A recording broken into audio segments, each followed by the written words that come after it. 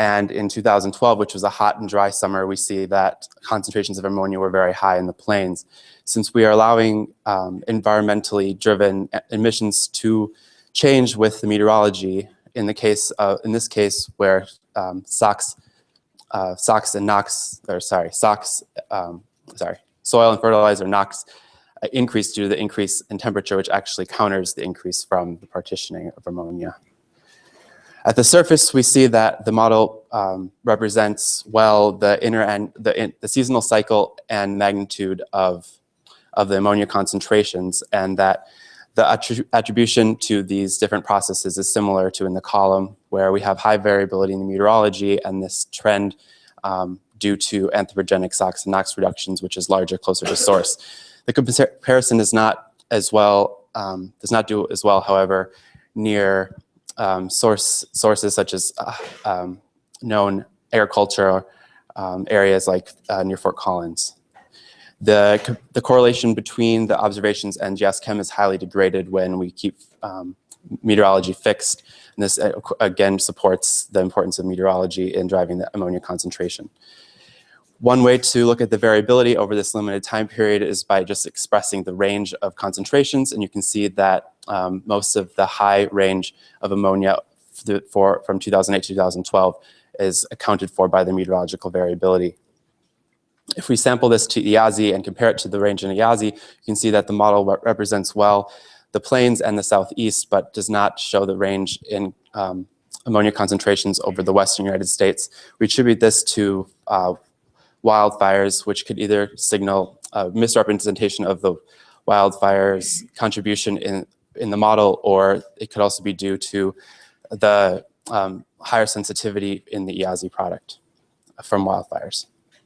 If we look at the range similarly at the surface, from 2009 to 2012, there's only a limited number of sites available, but we see that the model does not represent the surface range and concentrations. This could be due to missing response of ammonia emissions due to the range of factors such as livestock population and surface temperature. If we only look at the last 2 years of this time period, which provides many more sites, we see a similar story where the model does not represent the range. So in conclusion from this ongoing work, we see that meteorology contributes to most of the year-to-year variation, and that a lack of surface concentration variability could signal missing processes related to emission. One implication of this is that a trend of shifting ammonia from the particle to gas phase could affect the lifetime in the transportation of nitrogen. Ongoing work is to quantify the effects of PM and investigate potential missing processes, which I mentioned, and then also include more updated and more variable ammonia emissions inventories. So, thank you.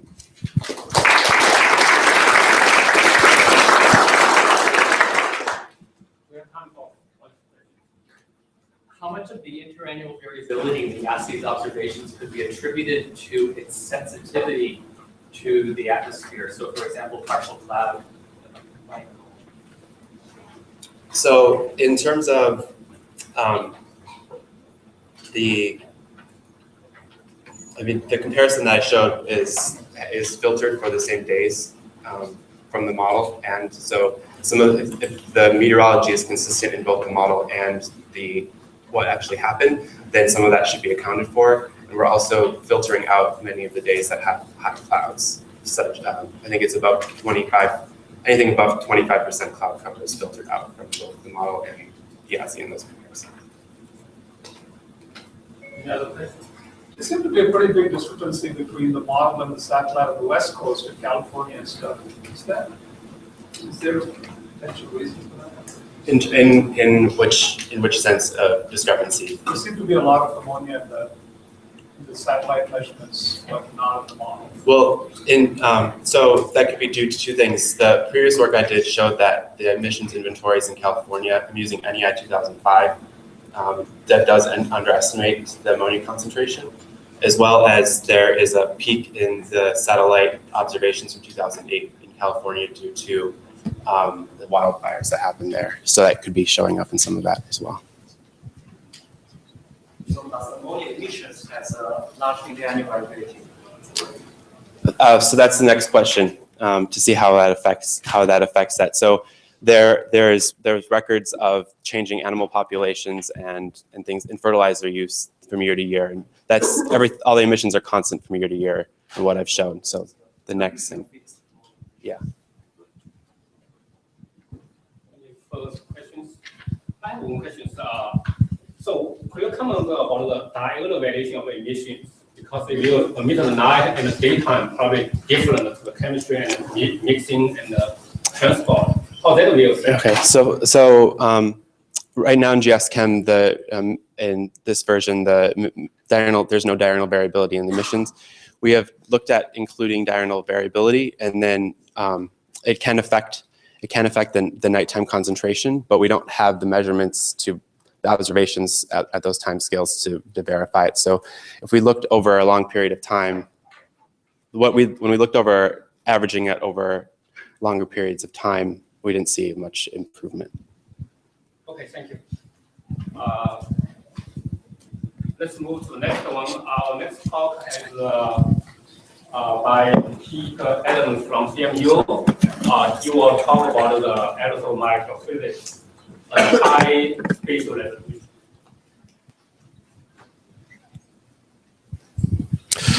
Okay, so I am presenting work by my student Marguerite Marks, who is not here because she's in an advanced state of pregnancy. But we're talking about aerosol microphysics at very high spatial resolution. So moving from global down to nested. So just to remind you a couple things that Jeff said this morning. So Tomas aerosol microphysics is in the standard code as an option that you can turn on. I've listed some of the advantages there. So if you're interested in CCN, indirect effect, ultrafines, health, or anything else where aerosol size distribution matters, you should feel free to think about using it. And if you have questions or apprehensions, certainly talk with me, and I'm happy to sort of give you some advice.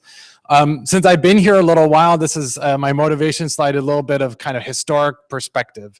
So we've done really more than a decade of work on model development, understanding the basic sensitivities, and doing some basic evaluations versus observations.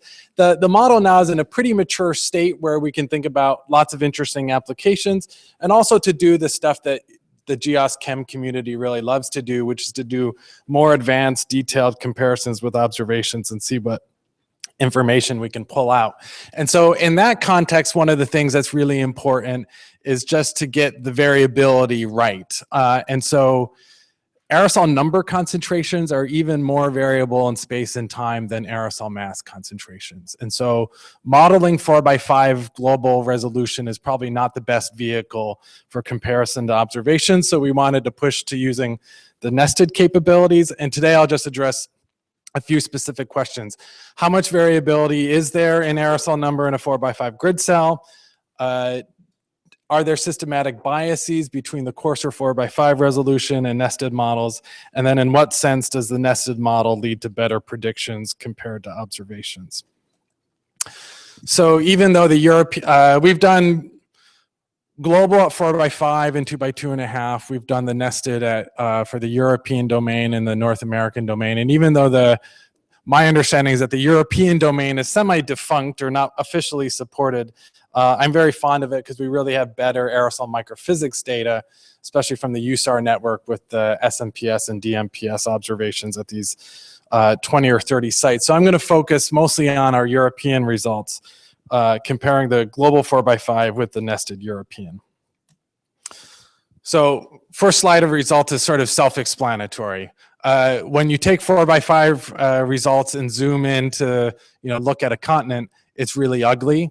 And then when you do half a degree and more spatial variability, then Europe looks a lot nicer, more like it really is.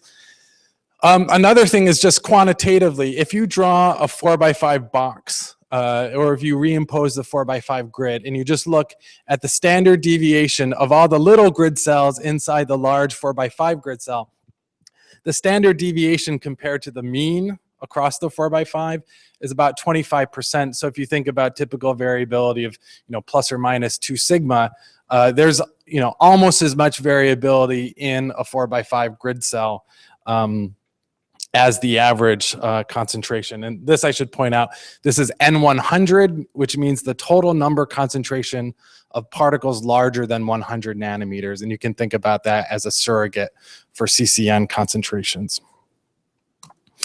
If we do just a simple difference of those two things, you can see where the models are systematically different. Two things that are not a big surprise.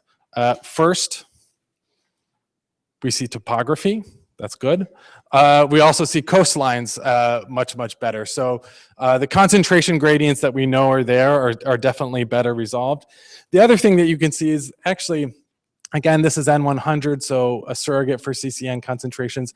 There's a lot of blue there, and the global model is biased low by just about 20% compared to the nested model. So you do get a systematically different answer. Not terribly different, but a little bit different when you drill down to higher spatial resolutions. The other thing that we wanted to look at a lot was the time variability, which, again, if you're going to compare to observations, there's probably a lot of information in the time variability. So this is one particular site. This is in Hungary. This is, again, global 4x5. This is European nested model versus measurement scatter plot. And each one of these is just a 1 hour time slice from the observations compared to the model. You can see there's a lot of scatter, but if we pull out the key metrics, so the time correlation becomes significantly better. The slope parameter here becomes better and closer to 1. The log mean bias does increase a little bit to, this is bias high by about 10%, but not too bad. That is for N10 concentration, so number of particles larger than 10 nanometers, close to a total aerosol number concentration. That's just for one site, but if we do this for a bunch of sites, we're systematically better in the time variability for almost all the sites for both N10 and N100. And then I also like to show it this way, which is we are now getting the right amount of time variability. So if you look at one site here, this is Cabal, it's in the Netherlands. So in the observations, this is a box and whisker, so a low concentration hour, a high concentration hour, 75th, 25th percentile. You can see that the 4x5 doesn't really have anything like the right spread of concentrations in time, whereas the nested model now is getting approximately the right amount of time variability. And again, not always exactly this stark, but generally the nested model is giving the right amount of time variability, and the 4x5 model was really underestimating. It was too sort of stagnant in time. Just to wrap up, this is the big scatter plot that we would normally show, and just to sort of cut to the chase, this is the part that's a little bit disappointing, but maybe not surprising. Given the amount that we had sort of tuned the 4x5 model, the biases and the spatial correlations are slightly worse in the nested model. You can also think about the nested model as sort of exposing the problems in our previous tuning. So just to wrap up, aerosol number concentrations are very highly variable in space and time. And the nested model is really demonstrably doing a much better job in showing both of that, and any sort of comparison to observations that seeks to exploit that will really have to be done at a fairly high time and space resolution. Thanks.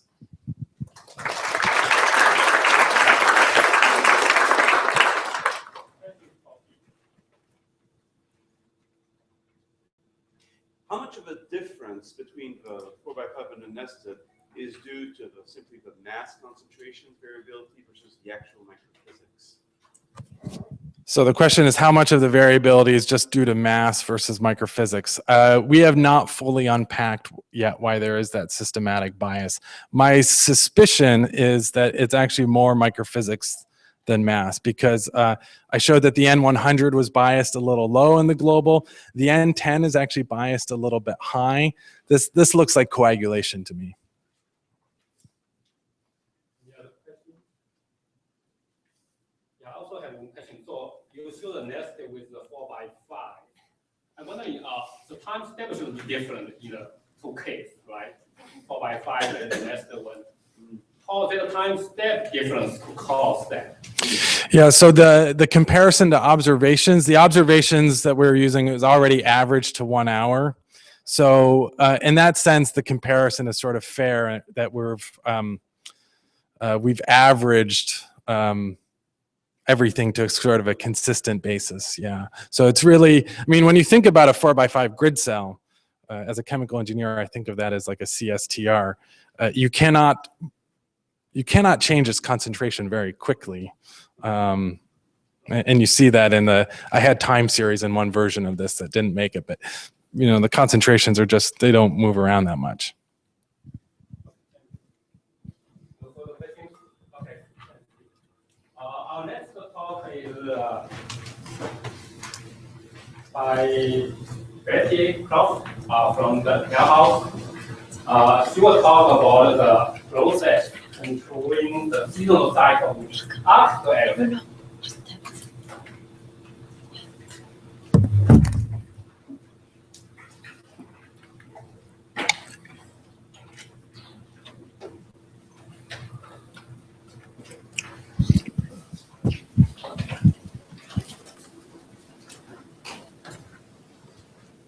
Okay, thanks, and good afternoon. So the Arctic is actually a really interesting region. It's a region where you have a lot of really interesting seasonal cycles.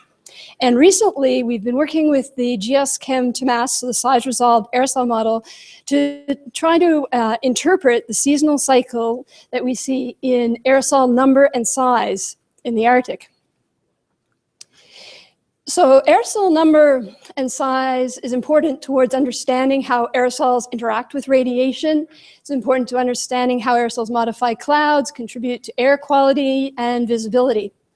So let's ask ourselves for the next few minutes, what do clouds, drizzle, rain, and Arctic seabirds have to do with the seasonal cycle of number and size that we see in measurements?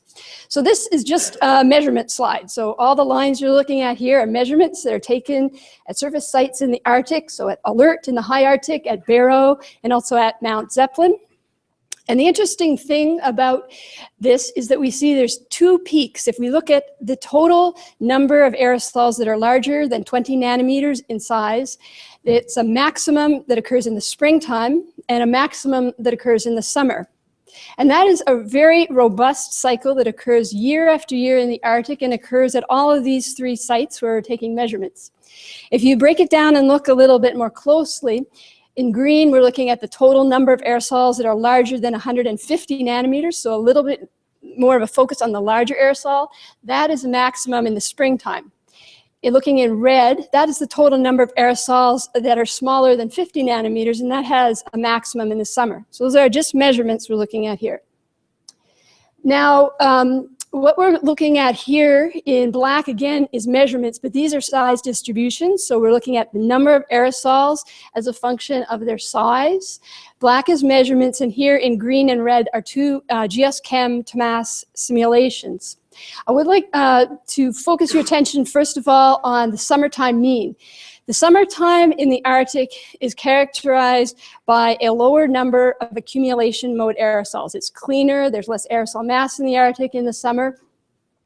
And this occurs as a result of more efficient scavenging. In the warmer clouds in the summer, we have more efficient wet removal, and so a lower number of accumulation mode aerosols. The model we found was not really capturing this increase in efficiency of wet removal in the summer.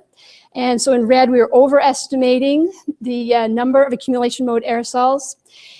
The efficiency in the model is related to the rate of precipitation production.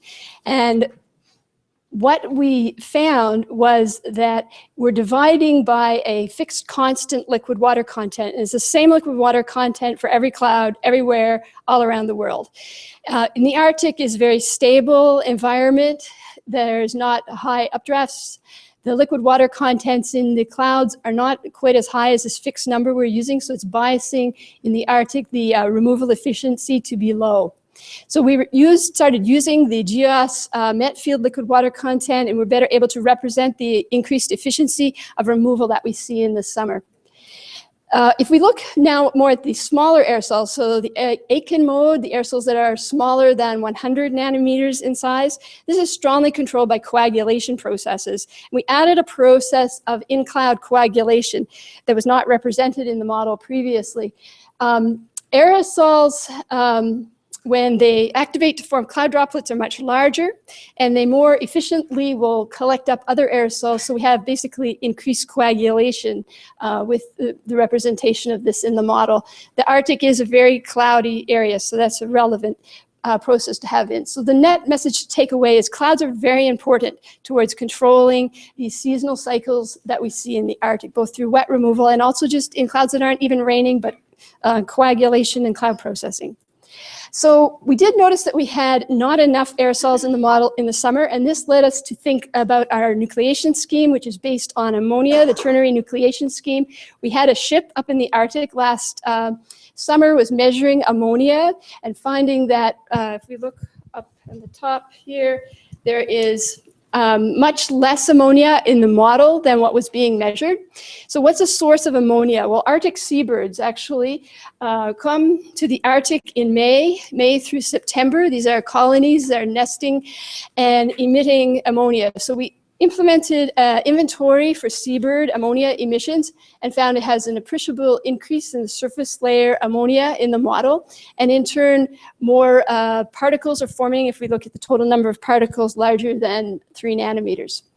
Looking at the measurements at alert, we see in black these bursts of new particle formation that occur, seen at many Arctic sites in the summer. These bursts of new particle formation were not represented, shown in red, until we added the extra emissions of ammonia from the bird colonies, and then we have these bursts of new particle formation in the model.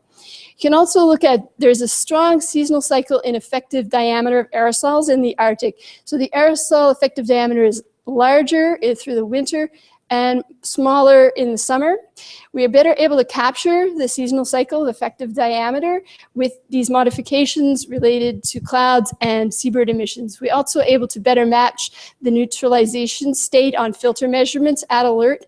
The aerosol is more neutralized at alert in the summer, and we're better able to represent this now. These aerosols, we're forming more aerosols as a result of these ammonia emissions. Those aerosols grow. We're looking here at a change in the total number of aerosols larger than 40 nanometers and larger than 80 nanometers. We have enough aerosols growing up to these larger sizes that if we do an offline calculation of the cloud droplet number concentration, we're seeing that this is an appreciable increase in our cloud droplet number concentration. So if we have more and smaller cloud droplets, our clouds are now different. Again, this is an offline calculation, but we can calculate the aerosol indirect effect, so the rate of forcing due to these changes. And you can see that it's in excess of 1 watt per meter squared in certain regions of the Arctic, and more than 0.1 watt per meter squared. This is a cooling effect due to the brighter clouds as a result of these extra emissions that we are implementing. So just to kind of wrap things up here, we can kind of step back, and this was quite fun to do. We can look at all of the processes that control aerosol number throughout the entire Arctic region. So on the left, you're looking at through the entire troposphere for the entire Arctic, the entire region north of 66 North, the annual cycle of the monthly mean rates of these different processes that control number. So if you look at the smaller aerosols, the Aitken mode, you can see that transport is really an important source for those aerosols. And surprisingly, the GeoSchem model thinks even throughout the summer, transport is playing a role. Wet deposition is very important. Sink through the for the larger accumulation mode, particularly in the winter. Transport is less important if you go further to the south and look at a region dominated more by, for the region 50 north is a different scenario. So I guess just to sum up, I want to emphasize that these seasonal cycles are really controlled by processes that occur in clouds, and you have to be careful about the emissions in that area. So thanks for your attention. Do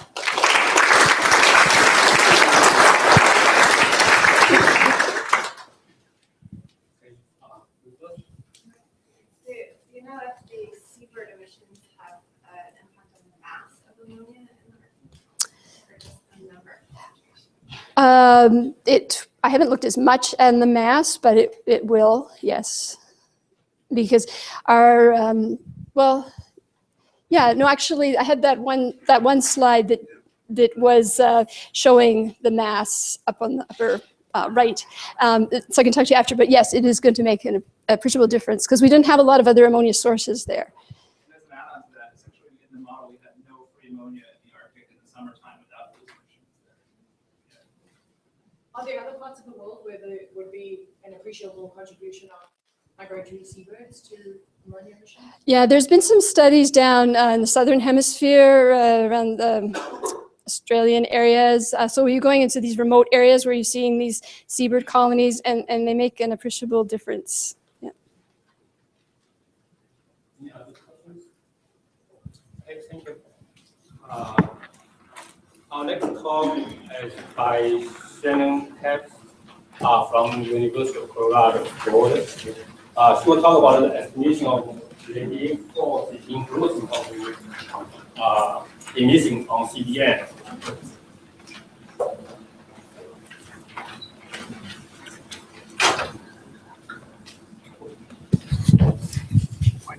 Thank you. Thank you for the opportunity to share today. I also want to thank Thanos Innes and Ted Russell, who gave me the chance to start this work, and Davin, who is continuing that opportunity. So the motivation behind this investigation is that we would like to be able to incorporate an emission control policy formation, the aerosol indirect effect.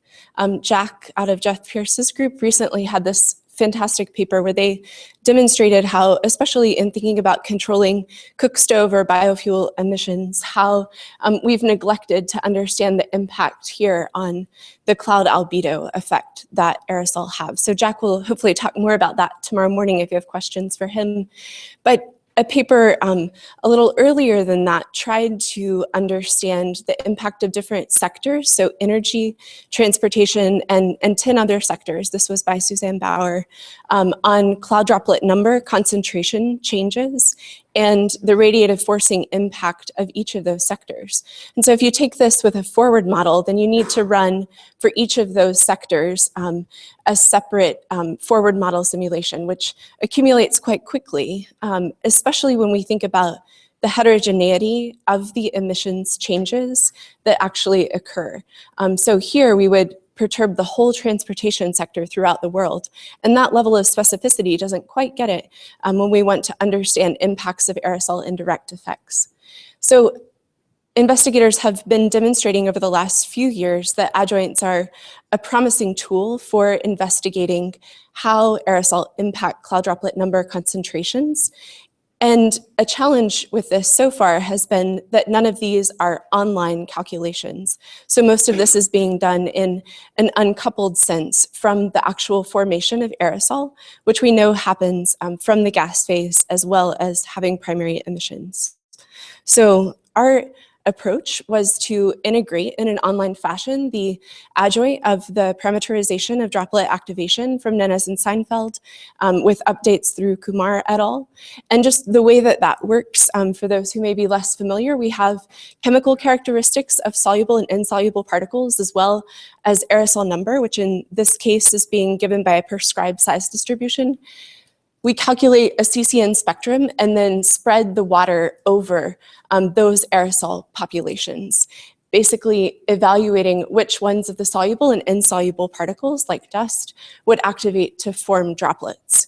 We get from that an estimated number of droplets for a given time slice and in each location. So I'm showing this here for 4 different months in 2008. And I have an asterisk by droplet number because, right, this is looking at a single layer, 960 HPA, and saying which of these aerosol would activate into droplets at a given time in this location. We have fixed updraft velocities at 0.3 and 0.15 meters per second over land and oceans, respectively. So on the left here are the same maps of cloud droplet number concentration for May and November, 2 distinct seasons. And on the right-hand side, I'm showing the sensitivity of secondary inorganic aerosol and primary organic aerosol populations the sensitivity of cloud droplet number to the aerosol number of each of those populations. We can understand this to mean, for instance, in a place where we have fairly large concentrations of aerosol, that if we added another aerosol, we would not expect it to activate into a cloud droplet. However, in places that are more pristine, we could expect an additional aerosol, for instance, from biomass burning here in northern South America, to activate into an additional cloud droplet and thus change the radiative properties of that cloud. So we looked at maps before that were sector specific, and here what we are able to see is the influence in a fractional, fully normalized sense of specific species that are emitted from, for instance, the anthropogenic or biomass burning sectors on the global cloud droplet number concentration in an hourly average sense. So this is for the month of May, which we'll use to characterize summertime activity. We see that in the summertime, ammonia and SO2 emissions have a similar order of magnitude influence as NOx does. We see much of the influence coming from areas where we already have emissions that could be controlled, and the utility of a representation of sensitivity that is fully normalized is we understand how if we fractionally decrease emissions, for instance, of SO2 over the US in this location, we would expect a fractional change in global cloud droplet number concentration. Additionally, here we note that OC does activate and contribute to the cloud droplet number concentration, so that those who study forest fires and biomass burning are also important in this sense. Here we're looking at the same plots from November. The difference here is that the order of magnitude is larger for ammonia and SO2 emissions in the winter time, particularly because of the Northern Hemisphere influence, than NOx. OC and NOx still have a similar order of magnitude influence on global cloud droplet number concentration. So one thing that I've said this is important for doing is evaluating how emissions control policies might impact cloud droplet number concentration globally. And we can have a scenario in which we play that out.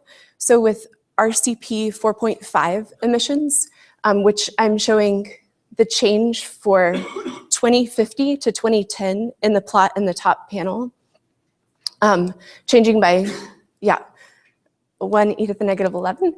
And on the bottom, I'm showing the absolute sensitivity. So how many in number per centimeter cubed of cloud droplet number globally change per emissions in kilograms of OC from each grid cell on this map.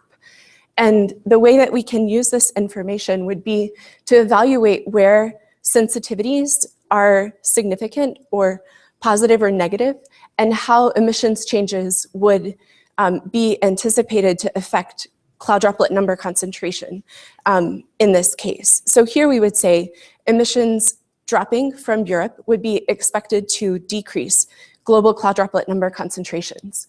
There are also areas that are somewhat questionable where we have anticipated increases. And so these may be of interest for more specific modeling runs where we could say more about how the emissions would have an impact on CDNC.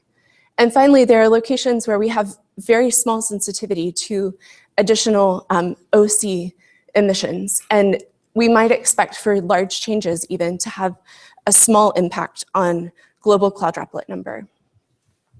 If we proceed and look at two inorganic aerosol precursor emissions, SO2 and ammonia, we can tell that some regions persist where we would expect significant changes anticipated to have minimal impact.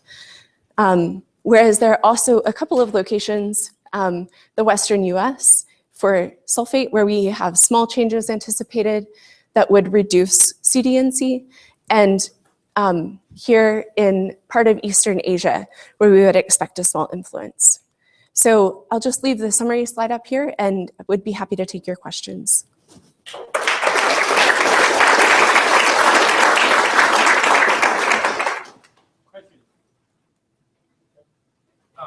is really neat. You're doing this with the mass model, though, right? And you're assuming a fixed size distribution. So I wonder how much your sensitivities to cloud drop will change when you also have like aerosol feedback. So as you change SO2, the change in your size distribution isn't necessarily constant either. So that may move things around a bit more too. On top of this set, the cloud saturation. I think that's a great question, Jeff. I think we should propose to develop the adjoint of TOMAS so we can investigate that. Slowest model ever.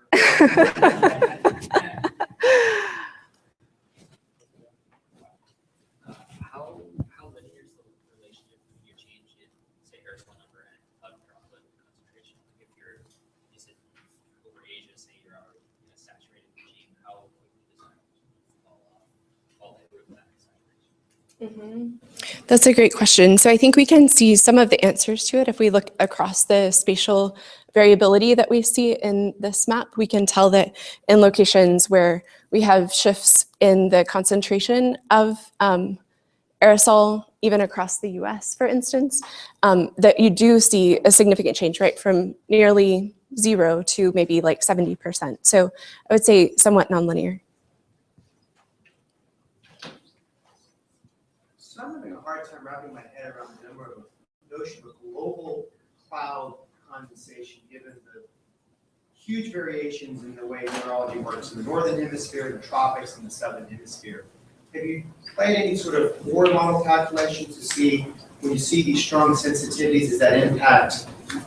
It's obviously global, but more likely it's affecting some regional location near, not far from the source location itself, to kind of get a sense of where the physics is actually occurring in the receptor.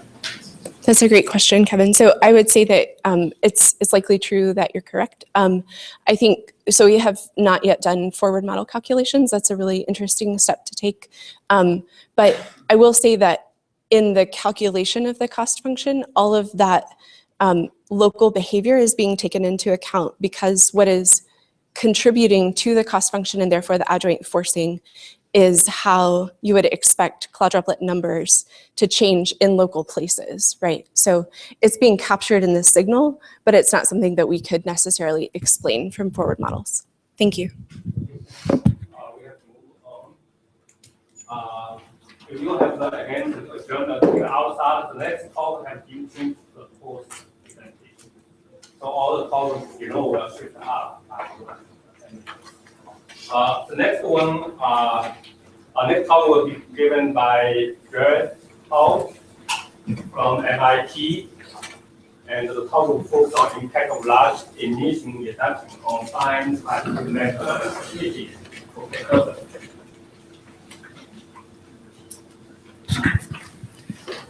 Thanks. Good afternoon. I'm Jareth Holt. I'm a PhD candidate in the Earth Sciences Department at MIT. I work with Noel Celine, who's a very well-known geoschemist, and Susan Solomon. And we just published a paper in Environmental Sciences and Technology. I'll be discussing a couple of those results today. For a bit of background, inorganic particulate matter is what I've mostly been looking at, and that's the sulfate, nitrate, and ammonium aerosols. They form from SO2 NOx and ammonia precursor emissions, two of which have really drastically decreased within the past 10 years.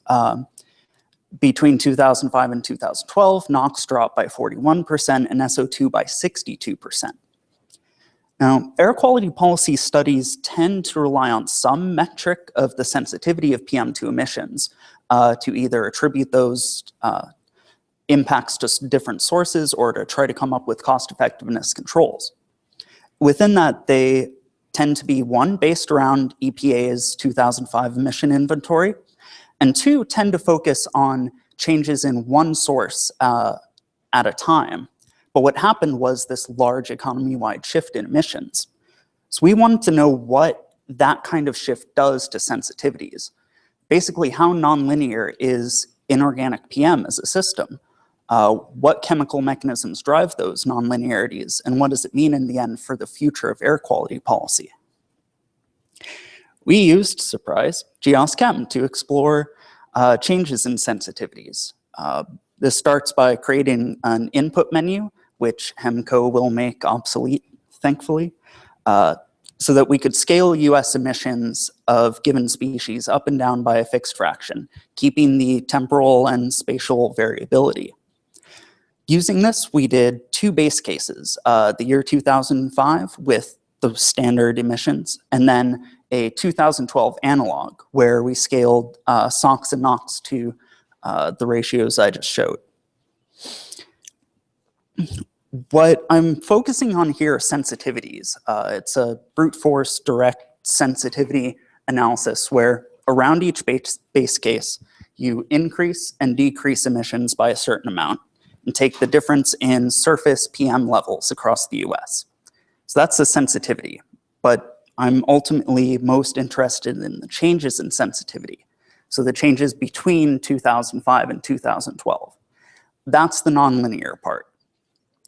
And in an air quality context, when you see an increase in sensitivity, you see a species that has more control over PM formation. Targeting that one will be a new avenue for improving air quality in the future. Some specifics on models, we use GeoSChem version 902, January and July 2005 meteorology to get winter and summer conditions, the North American nested grid at 0.5 degree, and global 2-degree simulation using the same emission specifications for compatibility. So one of our main results is that we see winter PM becoming more nitrate limited. In these sensitivity maps, you have the sensitivity of surface PM to NOx on top and to ammonia on the bottom. First, ammonia sensitivities are much larger. They're a factor of 10 larger than the NOx sensitivities. But when you look at the changes over time, the changes for these species are large, they're opposite, and they're highly spatially correlated. And that points to a common mechanism behind them. So we took the average temperature, humidity, and sulfate from that box in the northern Midwest to try to tease apart why this was happening. And then with the thermodynamic module Isoropia, went back through and changed the available ammonia and available nitrate concentrations.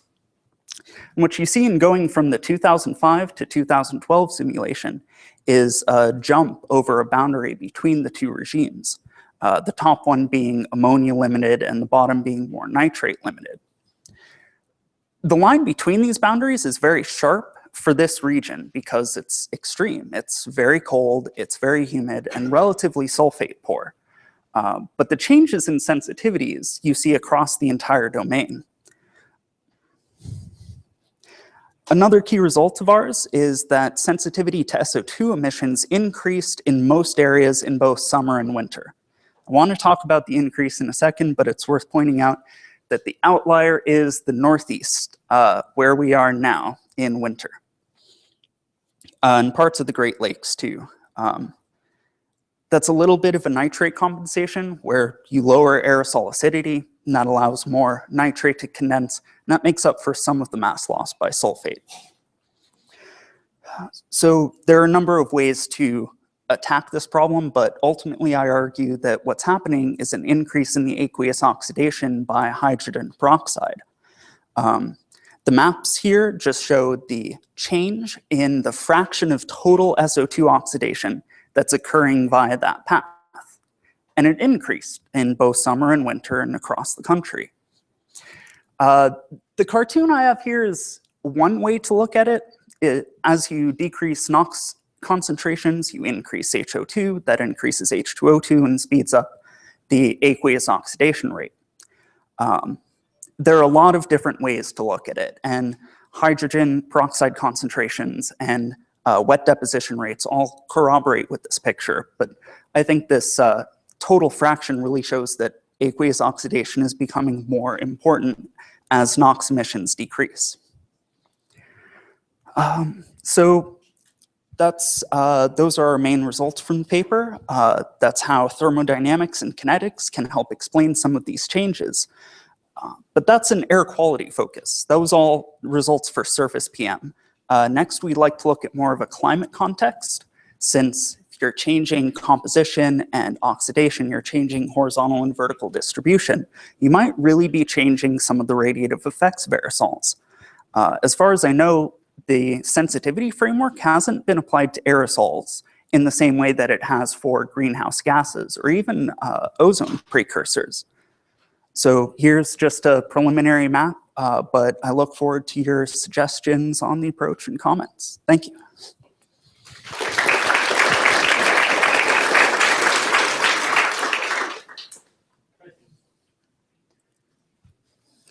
I didn't quite understand why you get more on-face phase oxidation of SO2 when NOx decreases. Is that because of the change in the gas phase oxidant or the change in the off-phase phase oxidant or something else?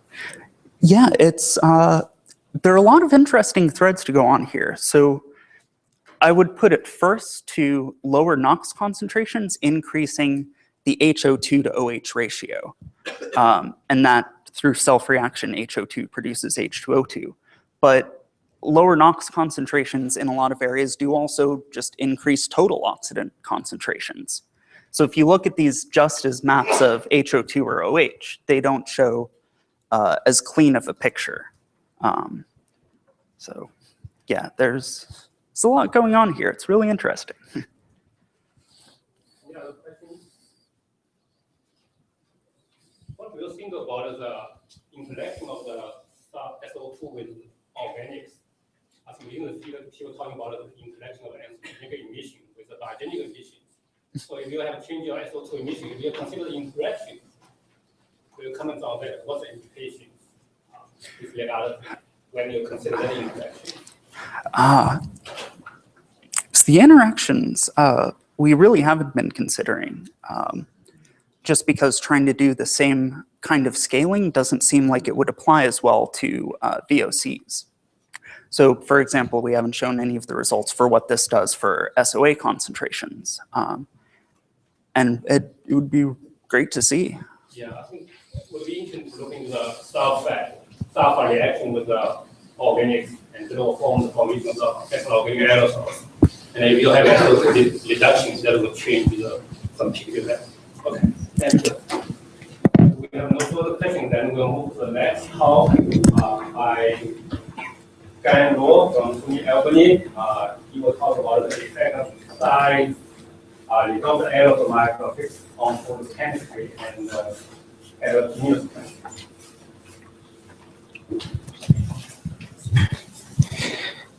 Yeah, people know that aerosol can impact the chemistry via ALD on photochemistry and via surface area on heterogeneous chemistry.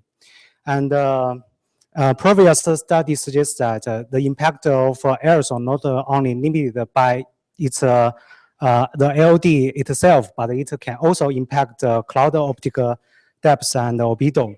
And Swaz they use the satellite measurement and the CTM simulation shows that they found the influence of anthropogenic aerosol on COD.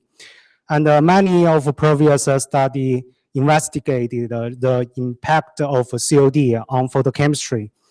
And so our purpose of this study is that how can we build up the relationship among aerosol, droplet, COD, and tropospheric photochemistry in geochem, and how can we study how does the new COD parameterization impact the photochemistry and aerosol microfluidics in geochem. Here I introduce the method and models used in our study. First, we use the geochem model. It uses FastJ to reflect the mean and the radial scattering effect of aerosol and cloud on photochemistry. And we also use the APM model to simulate aerosol macrofluidics. APM is aerosol macrofluidics model developed by Richard Tucker in 1970s. It has been developed by a lot of guys and incorporated into geochem by Fangzhong and me in 2009. And we did a lot of work to validate geochem APM. And the first figure shows the comparison of banana is the particle growth over a forest site at Finland. And the second one is the comparison of atropine particle measurement over the global, and it shows that our model can capture the global distribution and the concentration. And the third one is the validation of cloud condensation nuclei, and it also shows that the APM shows good ability to capture the values of CCM. And in this study, we try to use the aerosol number simulated by this macrophysics model, and to study how this aerosol active to be the droplet. And then we use the liquid water content and the droplet number concentration. We can parameters the effective radius.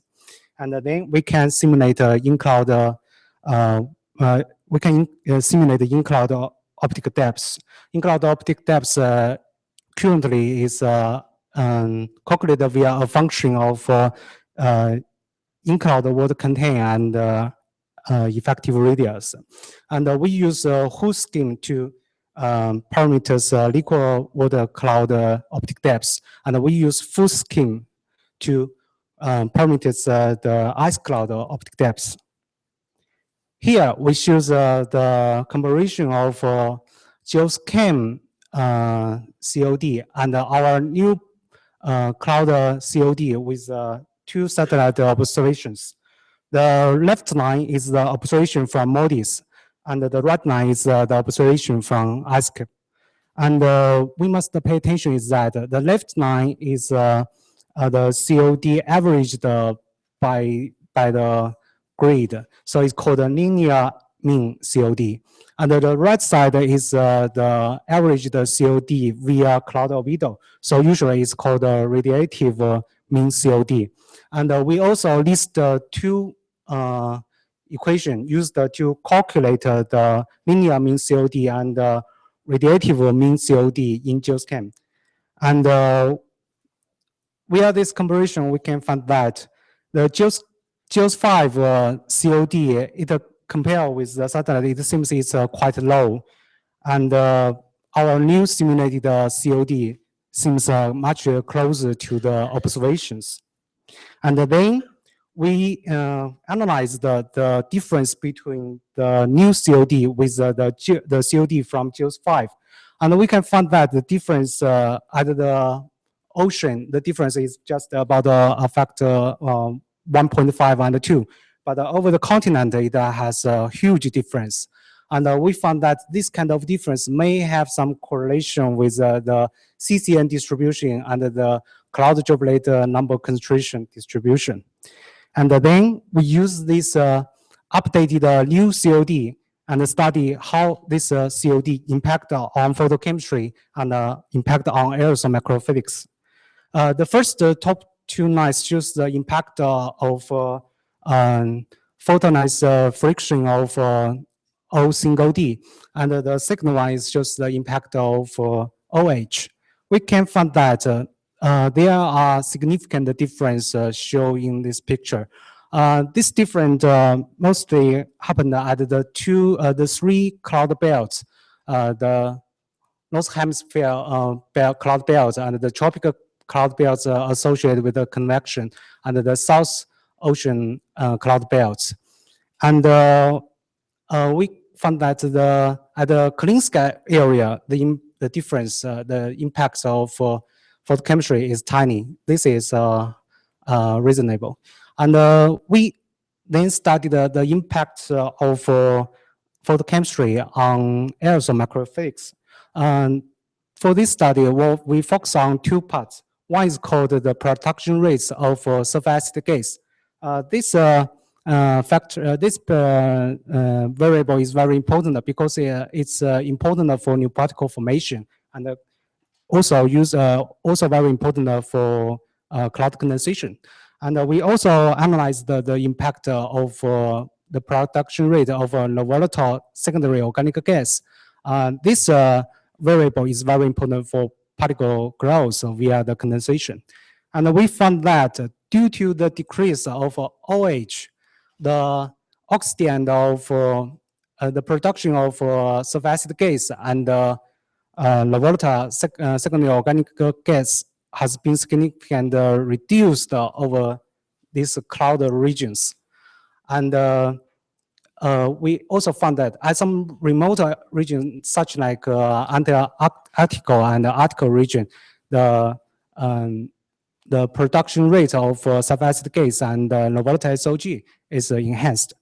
And then we compare the impact on ultrafine particle and also studied the impact on CCN. We can find that it do have some response to this change. And we also analyzed the cross-section of this study. And we found that below cloud, the photochemistry has been decreased. And at the upper layer, due to the bad scattering of cloud, the photochemistry has been enhanced. And it also has the associated impact on sulfur acid gas, also on the low volatile SOG. But due to the enhanced lifetime, at the upper layer, the volatile SOG has been significantly enhanced. The impacts on ultrafine particle and for CCN has been shown here.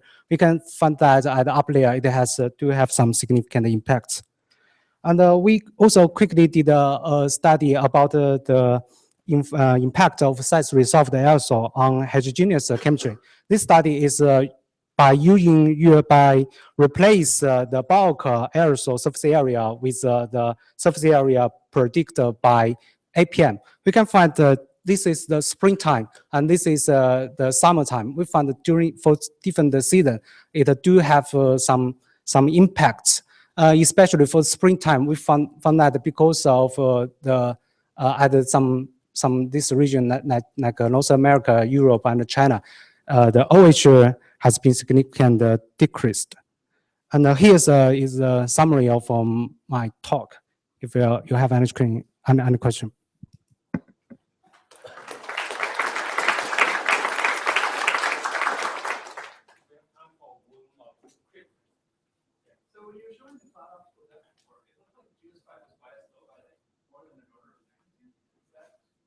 Yeah, it's I think it's about five times higher than the JUICE than JUICE 5. So the factor of 3, right? It's a factor of 2 to 3. Yes. Yeah. Yeah. It's also the value shows here. At the right line, it shows the domain average the COD from all these from JUICE 5 and from our simulation. It's just many places looks like more than a factor. the difference is here. No, it's just a factor of 5 over some continents. Amazingly bad. I mean, any ideas what is so? I mean, it sounds like you're saying that the GS5 cloud optical depth is so bad. Depends on how it to parameters the COD in JUICE 5. According to my understanding, they didn't use recently for this JUICE 5.2 VO products. They didn't use microfluidics and cloud microfluidics. They just according to some assumption about the humidity and the temperature, they produced these COD products. So I think because of there are huge uncertainty about the COD, so I think this is still ongoing issue for our study. You really get a factor of 5. If you look at this region, is some region are located, some high volumes are located for the. I think it's caused by the because over this region the COD is very low. If you just enhance a little of a COD, I think the difference could be huge. Okay, so we have to move on. We can discuss this next time. I think the best COD seems to be in the JUICE 10, using and the COD category for the chemistry. And I think the whole video probably have a lot of study on that.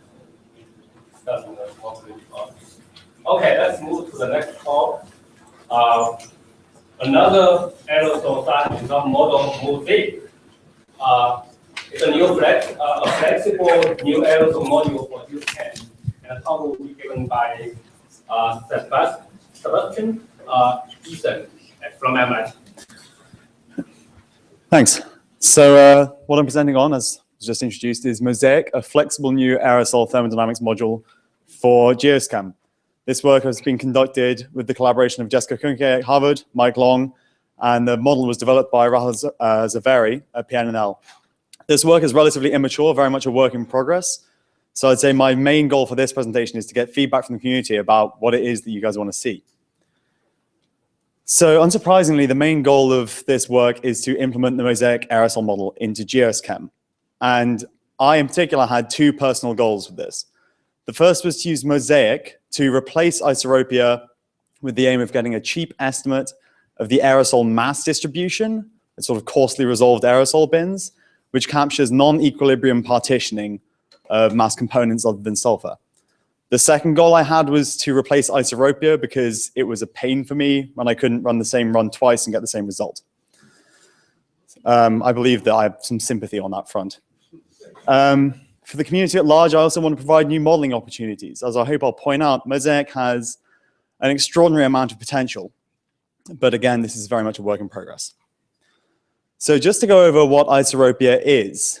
Isoropia is a widely used model for partitioning of species such as total nitrate between gas and aerosol phase. So at each time step, the gas phase, for example, nitric acid, and aerosol phase nitrate are lumped together. Isoropia 2 will calculate very efficiently the equilibrium partitioning of, say, total nitrate between the two phases, and then return it to the gas and aerosol bins. The aerosol size distribution might be bulk, as it is in general GeoSCAM, or it might be resolved as it is in, say, TOMAS or APM. But the partitioning between gas and aerosol is generally calculated on an equilibrium basis, with no accounting for the size of the aerosol that it's returning to, or for non-equilibrium effects. What Mosaic can do is it can model internally mixed aerosol in 1 to n bins, using size-dependent non-equilibrium partitioning with hysteresis captured. It can also include aerosol microphysics with either a sectional or an upcoming modal model. And in the non-equilibrium calculation, the partitioning calculation, it can take into account carbonaceous species, sorghum species as an organic mechanism, sea salt and crustal components, and inorganic mass. Although again, all of this is assuming internally mixed aerosol. However, upcoming is an approximation for externally mixed aerosol. Mosaic is actively updated at PNNL and widely implemented, currently available in both WRF-Chem and coming up in CAM5. Part of the thing that motivated me specifically was partitioning of inorganic secondary aerosol between fine and coarse modes. So in a paper this year by Trump et al., they calculated the amount of nitrate PM tied up in fine mode aerosol, PM1, and coarser mode, PM1 to 10, using Isoropia 2 as their equilibrium model. And when they looked at their total nitrate versus observations, they found a good fit. On the left here, showing the equilibrium nitrate in PM1, and on the right, the equilibrium nitrate in PM1 to 10. However, they were finding that their observations did not match so well with the partitioning between 1 and 1 to 10. So they implemented dynamic uptake or kinetic uptake onto the coarse mode while retaining the equilibrium uptake for the fine mode. And it shifted the partitioning like so. So now there was significantly more nitrate being taken up onto coarse mode PM than was previously the case. And it significantly improved the agreement with observations. They found disagreements of up to 150% falling to less than plus or minus 10%. Putting all of that together then, I just wanted to try bringing this into GeoSCAM and trying to do it in an efficient fashion. Again, the total PM10 was not sensitive to that aerosol distribution, but the partitioning between fine mode, and again, that's the harmful mode for human health impacts, and coarse mode was controlled by some non-equilibrium processes. In terms of where this project is, implementation of Mosaic in a bulk mode, which only takes into account the bulk concentration of aerosol, is about 90% complete. It involves minimal code disruption and runs at about 93% of the speed of the code with isoropia when isoropia runs in equilibrium. The next step for me will be to try and do sectional Mosaic, applying coarsely resolved aerosols in 2, 4, or 8 bins to see how much of the mass distribution of aerosol can be captured with as little additional computational burden as possible. After that, I may move on to implementing mineral dust or secondary organic aerosols into this, but this is where I'm really going to need some community feedback to figure out what would be most useful and what would be a waste of time.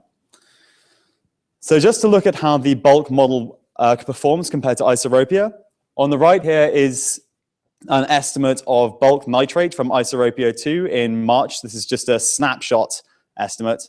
And on the left is the difference resulting from using bulk Mosaic. So this is just one bin, no sectional representation at this point. And the differences that you can see are mostly that there isn't much. Mosaic seems to pick up most of the variation that isoropia picks up. Two differences that I think are interesting, one of which I have an idea about and the other of which I have no idea about. The first is the change in Russia. You can see that there's less nitrate forming in Russia in a small area than in isoropia. One possibility for this may be that non-equilibrium partitioning often occurs or is often dominant in very cold conditions. The second region, which I have less of an idea about, is Western India. This may have something to do with sea salt, because both isoropia and Mosaic in bulk mode handle the fine mode sea salt. But again, I'd value any feedback I might be able to get on this. For ammonium, you don't see that same delta in Eastern Europe, but you still see the same delta in Western India. And for sulfate, the changes are essentially negligible if you look at the scale of the change on the left compared to the absolute on the right. So what I really want to take away from this is that implementation of a non-equilibrium model has reproduced most of everything that isoropia is giving to us without any significant slowdown, while also having the potential to be expanded to a sectional or a modal model and bringing in organic cations and other crustal species, which we can't currently capture with isoropia. The sectional implementation is really not going anywhere right now. But just to point out that we're working on it, this is a preliminary plot of nitrate on non-dust PM2.5 versus PM10.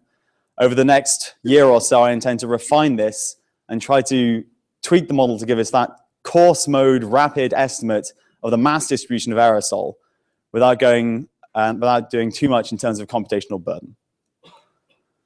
So in terms of a summary, and especially in terms of future work, again, I want to determine what will be the most useful features as far as the GSChem community is concerned, while also testing and validating first this bulk alternative to isoropia, and then moving on to finding this coarse estimate of the mass distribution of PM in GSChem.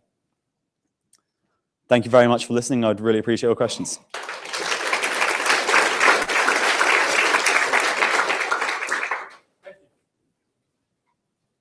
Ask you why the kinetic model gives you more than the equilibrium model for the force one.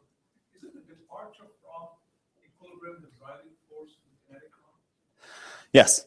Honestly, I'm not certain why it is that the coarse mode, they saw more uptake than under the equilibrium assumption. But looking through the paper, they're essentially convinced that it's to do with differential acidity and the fact that you can take the sizes into account. I don't know what exactly the driving feature is, though. I'm intending to look into that more and see if we replicate that finding. You said something about isoropia not giving you the same answer for the same conditions. Can you explain that? Yeah. Maybe this is just my computer, and in that case, I'm worried. But basically, when running isoropia, I would find that I'd have small numerical noise between different runs. And although that's not a huge problem for determining what our addition of aviation might do, it was extremely irritating when it came to model testing. How do you articulate kind of computational efficiency? Can you explain your time step used inside the voltage? So it changes by Sure. So, I mean, isotopia has that great advantage that because it's an equilibrium model, you don't have to worry about time steps or anything like that. With Mosaic, internally, it has its own sub-stepping procedure, which I'm not very aware of, but we also apply an outer sub-step where to accommodate for having H2SO4 nucleation in the future when we're moving away from the bulk model, we've moved to a 10-minute sub-step in the outer loop for Mosaic, regardless of what the chemistry time step is, although it's an input.geos option for anyone that really wants to tweak it. Any other questions? Okay, now let's move to the fourth event. We have 11 fourth event. Each one will get everyone will come in front, and I will ask everyone to follow the course. After everyone finishes, then we will same thing to everyone. So if everyone can line up in the order of the what's scheduled in the agenda, we'll move up. Maybe we could have the line start here and kind of go back around.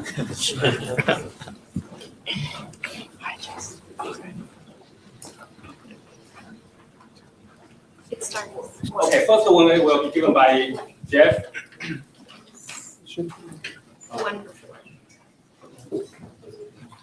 There we go. Tell me when. So this is work done by a former PhD student of mine, Robin Stevens, who's now a postdoc in England. And what he did is he looked at subgrid scale chemistry, stuff that would go in subgrid scale sulfur chemistry that would go on in coal-fired power plant plumes and other anthropogenic sulfur plumes, and looking at the nonlinear chemistry and physics that would go on and how to represent that in GeosChem. So if you want to learn more about that, come by the poster.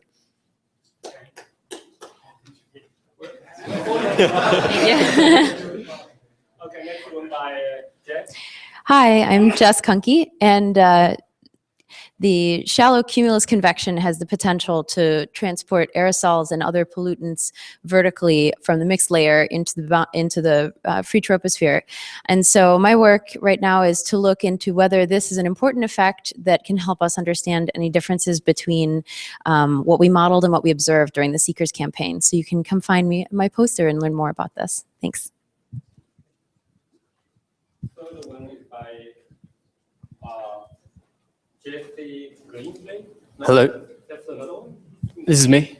Oh, Jesse. Okay. I'm looking at dust from Australia, emissions and deposition into the Southern Ocean and New Zealand. That's pretty much the summary of mine. This is Sydney on a beautiful day. That's it.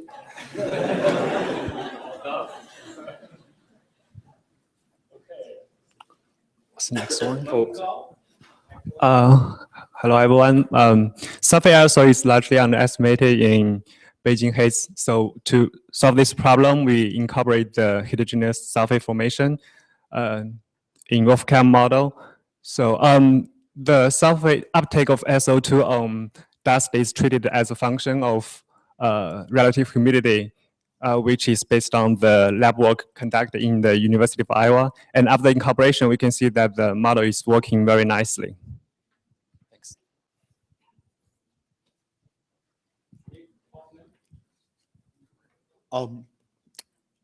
Looking at observed data from AeroNet land stations and MISR satellite data, you can see there's dust storms occur pretty frequently in Saudi Arabia. This has a substantial attenuation effect on the light that comes insolation, about a 30% decrease average throughout the year, which has about a 30% decrease effect on the photovoltaic energy output. And so looking at GeosChem's ability to predict this, the dust storms, it does pretty accurately. That's it. Chen Jie. The oxidation of sulfur dioxide by reactive hydrogen could be a big source of sulfate in the atmosphere. And the sulfate formed from this mechanism has its own isotopic signature. So to evaluate the importance of this mechanism, we connect aerosol samples from the Southern Ocean, and then we measure the oxygen isotopes of sulfate, and then we compare the observations with the GeoChem simulations. Yeah.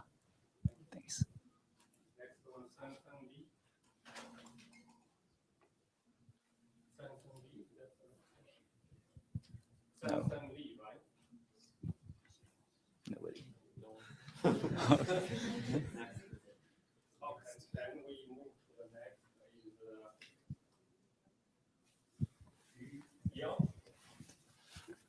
My study focused on some particular matter in China.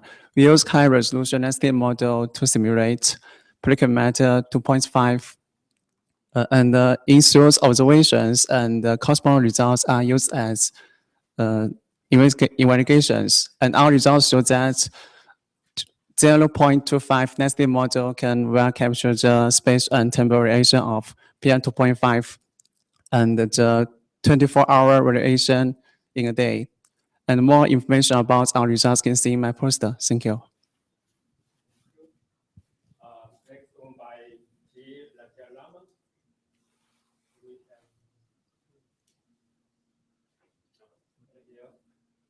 Then Amos Tank. So I'm Amos, everybody. So I'm gonna just jump in really quickly before Amos. So my name is Patrick. So I'm just gonna talk about some work that we did with the GeoScan model at 1/4 degree resolution in support of the Seekers campaign in the summer of 2013.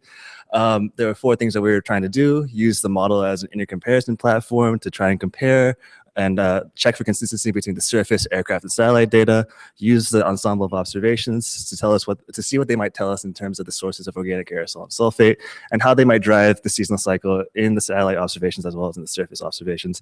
And then finally, trying to connect the AOD to the surface PM 2.5 data. Okay. With that? Yeah, I can't.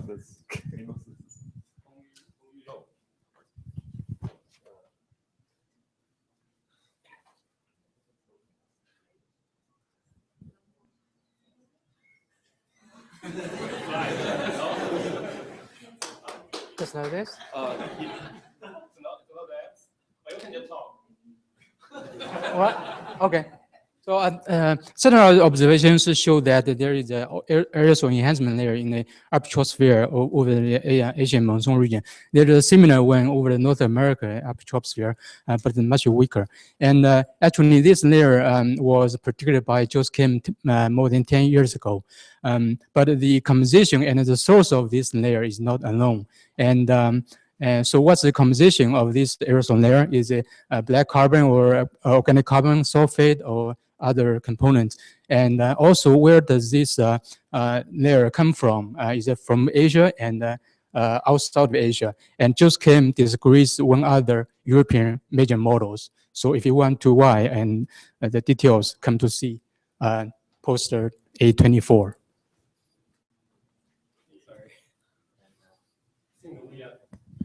Yeah, it's kind of showing. Okay, all right. Yeah, okay. All right. Yeah, so thank you very much. And so I'm presenting on behalf of the work of my student, Ray Chow, who is a student with me. And we're trying to improve East Asian dust emission by putting in a few stuff. So we're trying to put in an implicit algorithm for geomorphic dependence based on Jesper-Cox's scheme so that we can actually eliminate the need for a dust source map.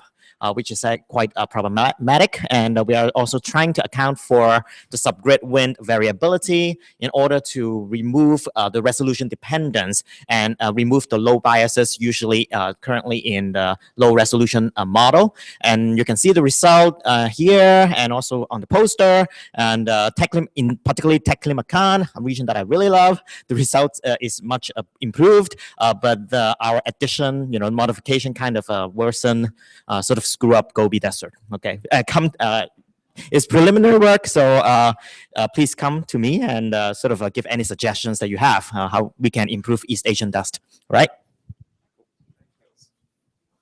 So let's thank all of you for the nice talk.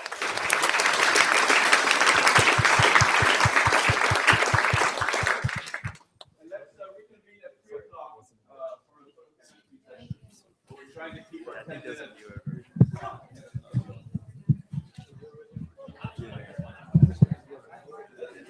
So I think they just had the old version of the. Yeah, I think My version is older.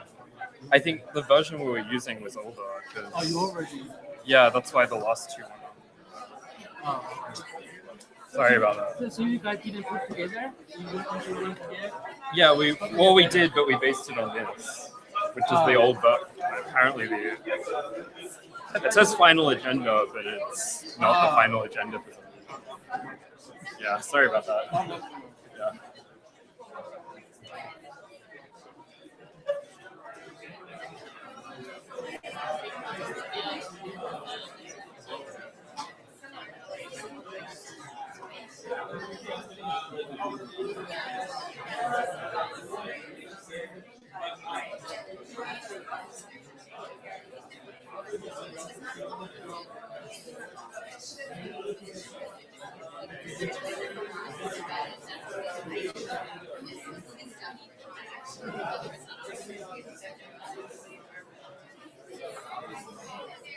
Oh, yeah, thanks. Some of the posters weren't updated. Yeah, apparently there's a new agenda that, like, I don't know. So that was why, because we downloaded all the ones that were listed here. Right. But, you know, and then Patrick came and told us he wasn't on there, so that's how we knew. Yeah, I guess we should just count them before, like count the ones that are submitted to make sure if it doesn't match up and just, or I guess print out another. But sometimes people put stuff under the wrong one, or Yeah. like, you know, I don't know. But that's fair. Maybe it's easier to just have it. Thanks, Chris.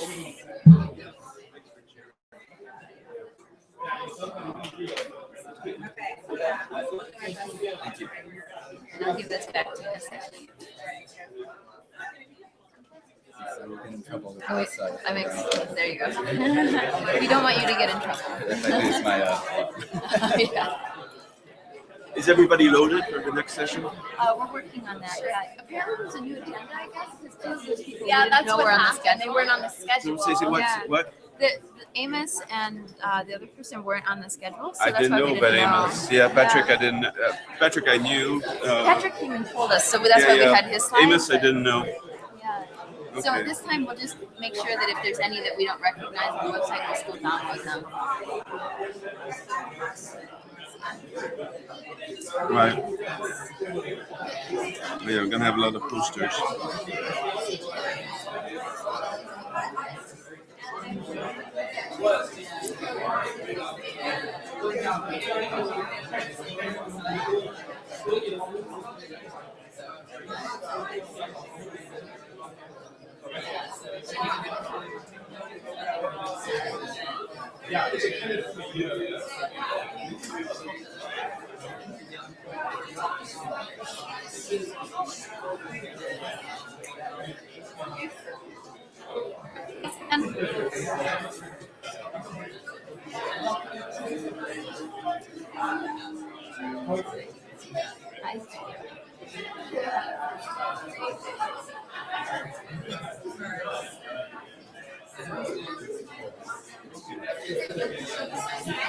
Hey.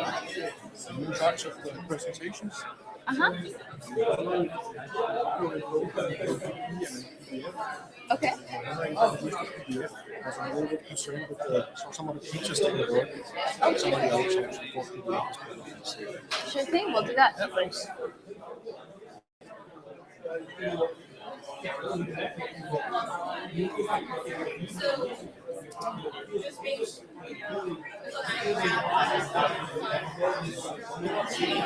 Yeah, that one. So I don't have my flash drive right now. You No, want me to? that leads that was on the flash drive. Oh, Did you give it I back gave to it back him? because but I can put it on my flash drive. Okay. You wanted to make sure that he didn't leave it.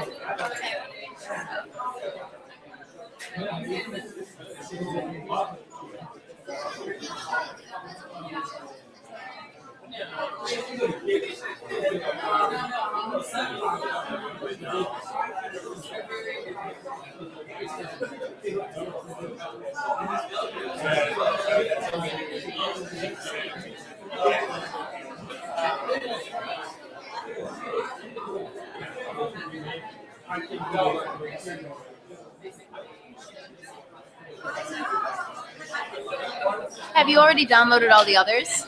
Or, yeah, okay. I was just. Okay, awesome.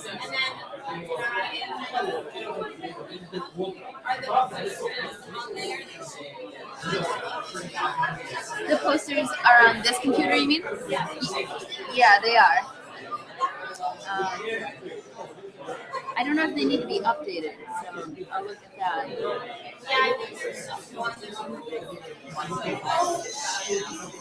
I updated them on that computer. Can you copy me that? Yeah. I'm so sorry. No, that's okay. Because there were all those people coming up. Yeah, no, totally.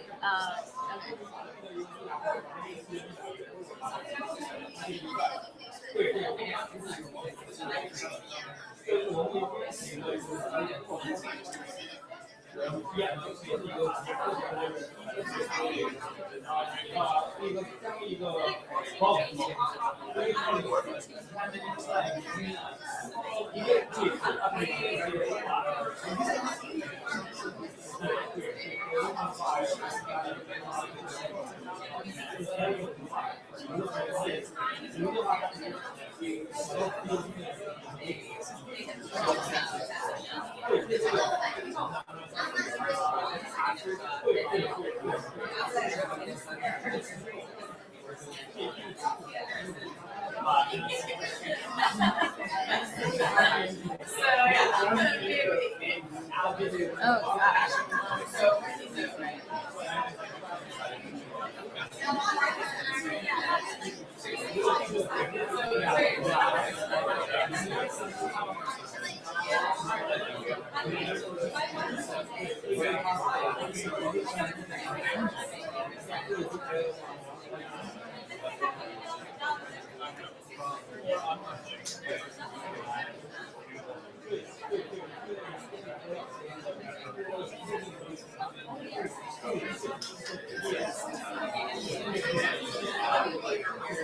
Johan wants to use just the PDF, not the.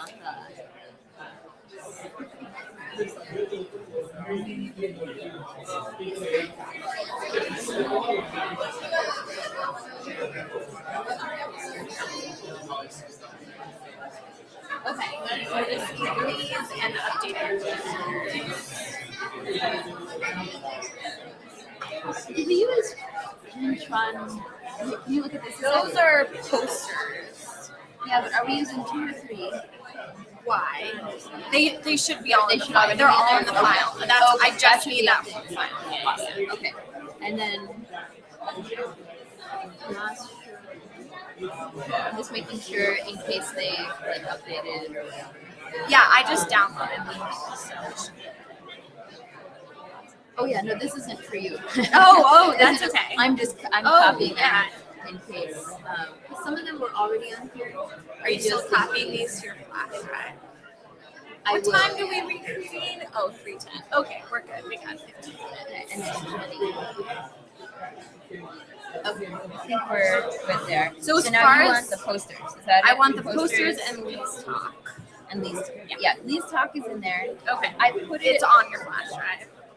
Yeah, I put it under Monday session 4 here. Okay, perfect.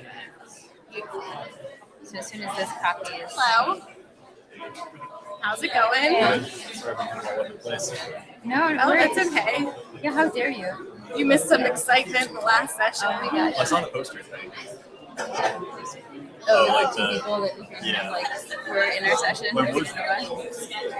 Oh, really?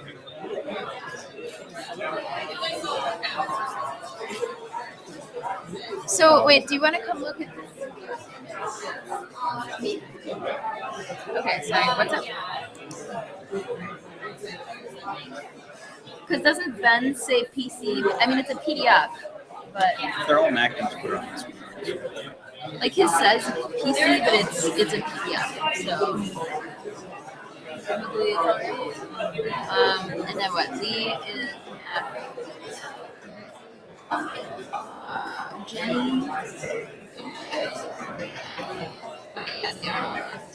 And then I just want to double check. Yeah. Although this is not the new one, so I guess maybe I should get the new one. you want me to delete the ones that are not going to present with? No, So I there's mean, less stuff. Or put them in like two.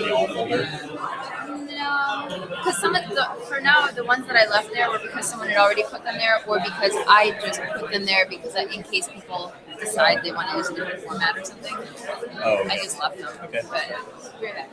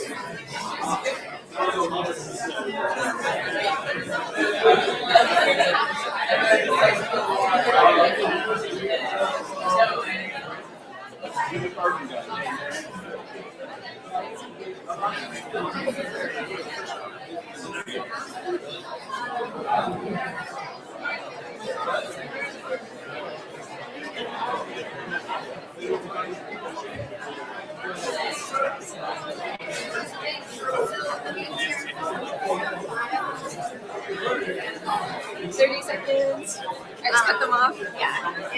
Yeah, it's this one. You can bring your phone and time that, but just go to the next slide after 30 seconds. So you'll be here and they'll be with the microphone. Okay. All right. Cool. So it's at the half. You all take turns. Yeah. Okay. Teamwork. Teamwork. Makes perfect. This Do is we have all the presentations? We do. We do. Cool. All right.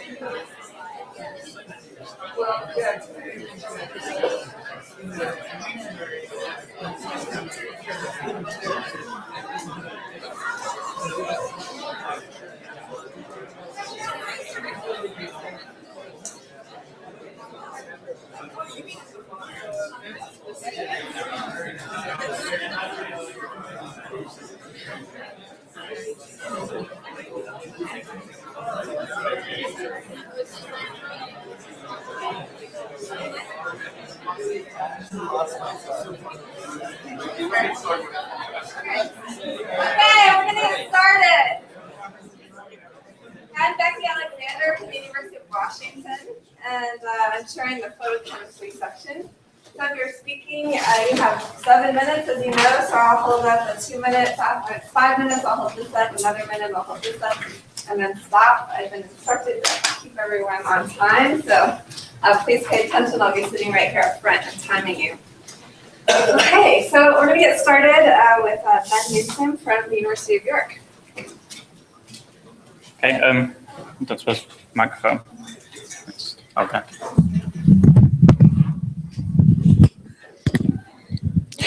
Okay, so I'm talking today about the uncertainties in the kinetics that we use in our chemistry transport models.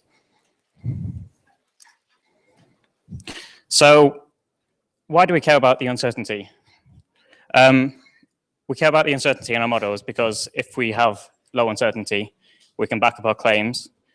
We can quantify how well we know certain parts of the model, and we can also look at where we need further research if we have quite high uncertainties. So chemistry transport models tend to go down to the Arrhenius equation, which defines the rate that two chemicals react with each other.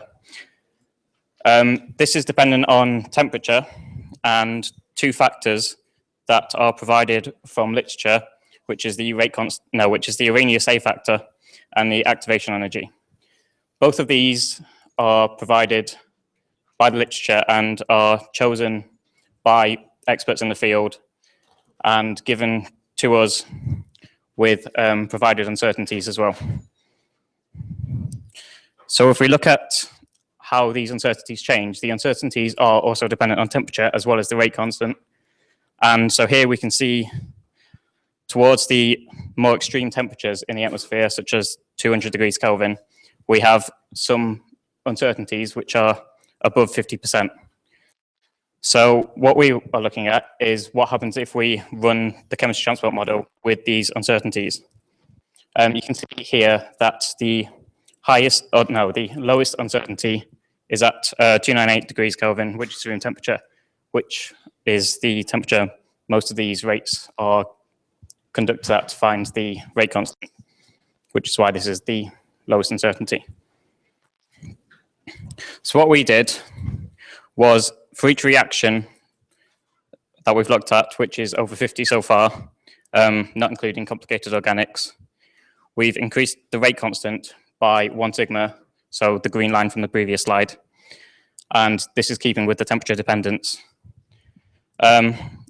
We've also looked at what happens when we increase the photolysis reaction to 10% of what's provided. And for each of these, we've run a year spin up, then a year for the results to get the annual means. We've also looked at what happens when you add these errors together in quadrature, so of the sum of the squares.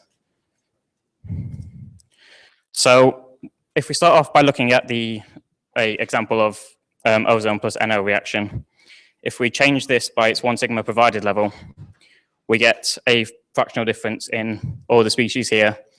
So many of them above 5% differences. So if we concentrate on ozone for now, you can see ozone has about a 4% difference from this reaction.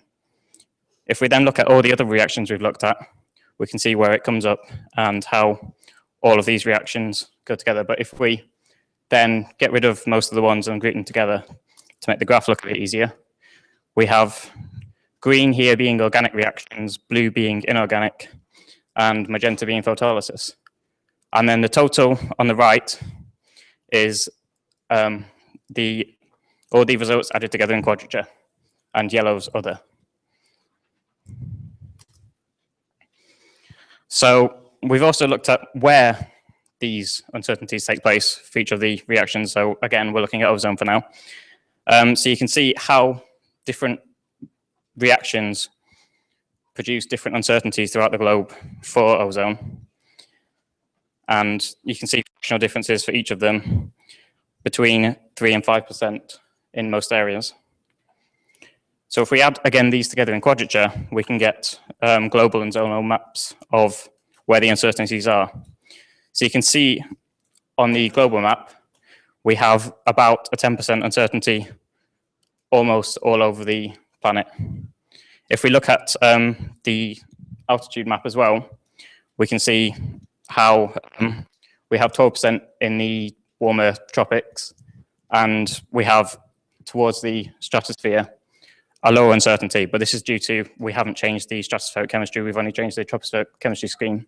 So the exchange provides this. So what we also looked at is what happens if we do this again in the pre-industrial era.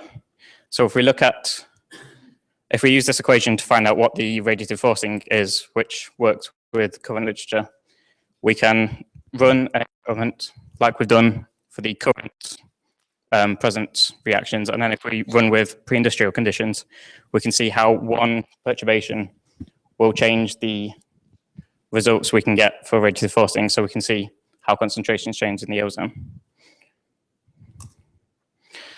So again, the colors mean the same. And we've got from this, we have a total uncertainty of radiative forcing of over 12%, just from the uncertainty in the chemical kinetics. Now, this is probably an underestimate as well, due to the fact that we've not looked at any complicated organics, and we've not included any stratospheric change as well.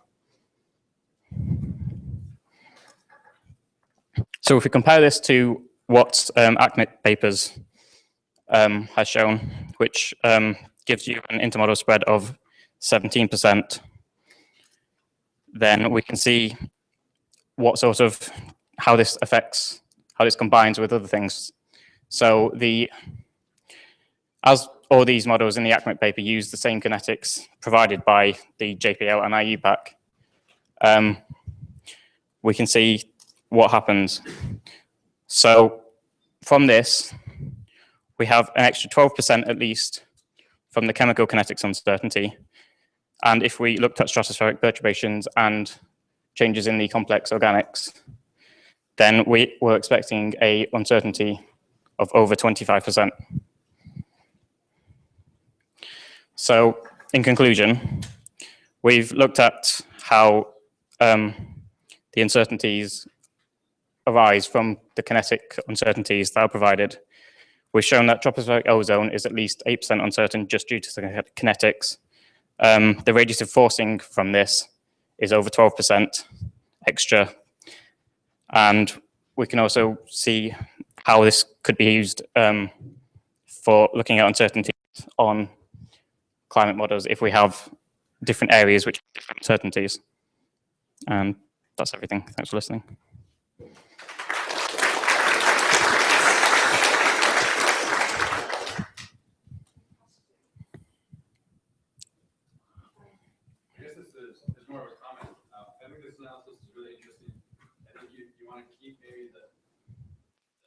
Magnitude of these numbers, especially when you look at differences across models that use the same kinetics relative to the uncertainty in the solution owing to your solver. It's been a while since I checked this, but just in GeoSTEM, we have more than 100% uncertainty in a lot of our species just because we run the solver at very loose tolerances so that it runs quickly. And so if you have the same kinetics in different models and different tolerances, then that may be some of this variability that you're seeing. Okay, thanks. Any more questions? So the uncertainties encompass both? You increased. So we have looked at, Decrease, would it be twice as large as that? we've looked at increasing and decreasing, and they're both almost symmetrical for all the reactions.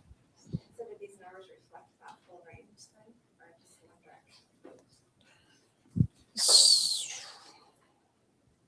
So this, these reflect the fractional difference in the 1 sigma upper perturbation.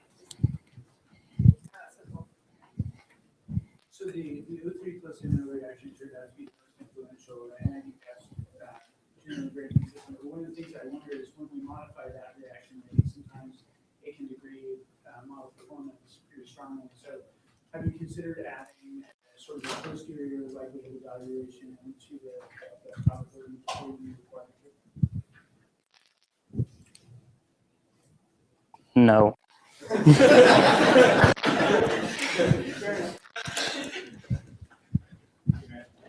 All right, thanks. We need to move on to the next speaker. Our next speaker is Lee Murray from NASA GISS in Lamont. Lee is has some laryngitis, I think, so you should all listen closely. Yes, please let me know if you can hear me.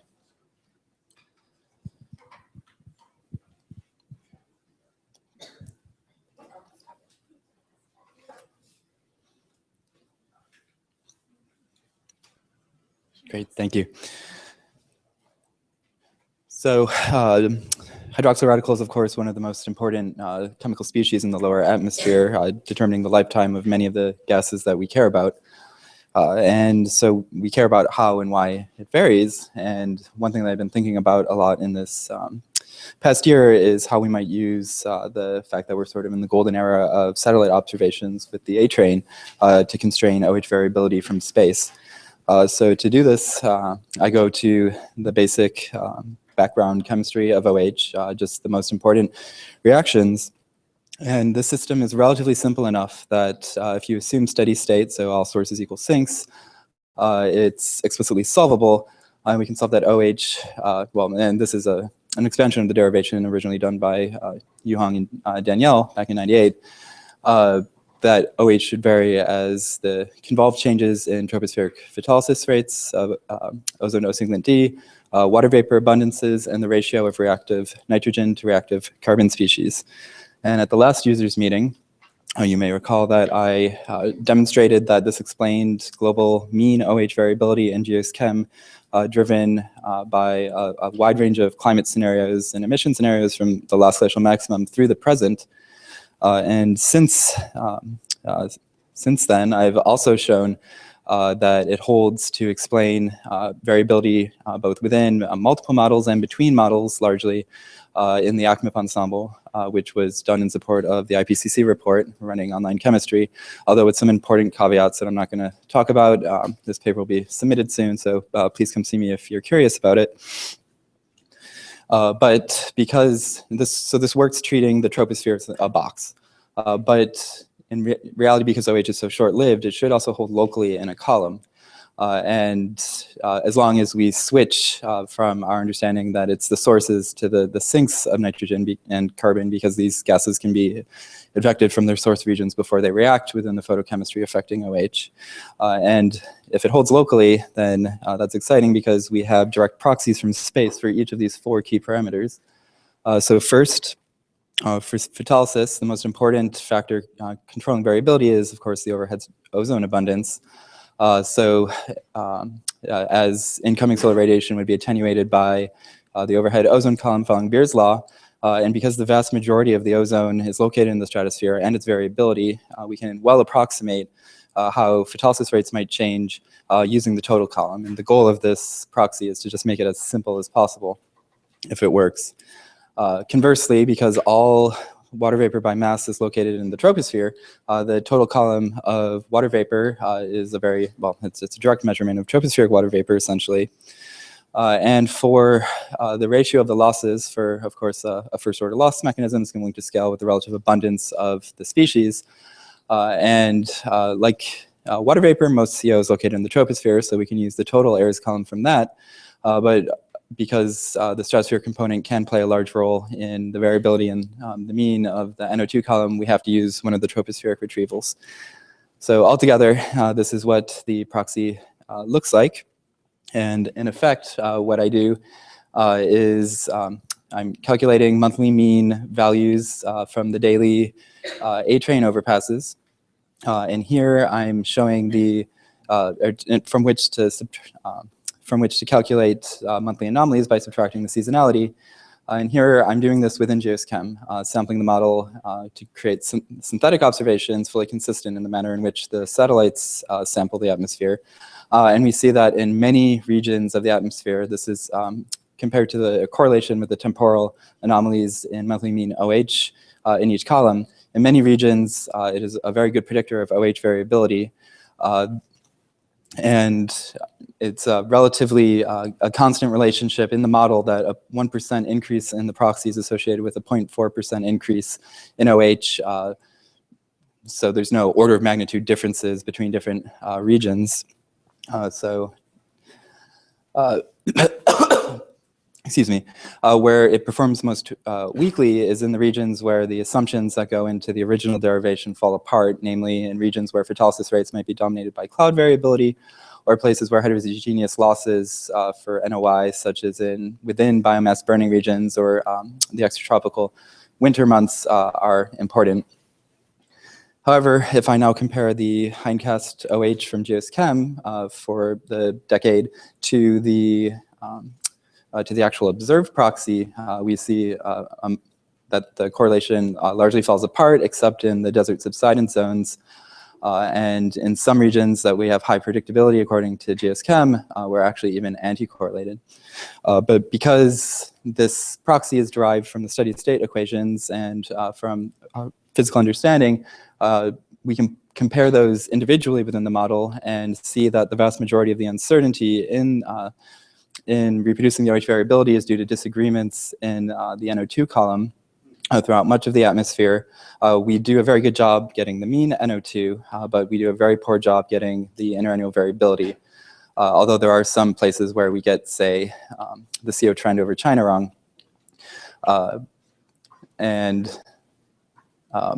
Sorry, one more point with this, but I'll come back to it. So we can constrain GeoSchem, or what?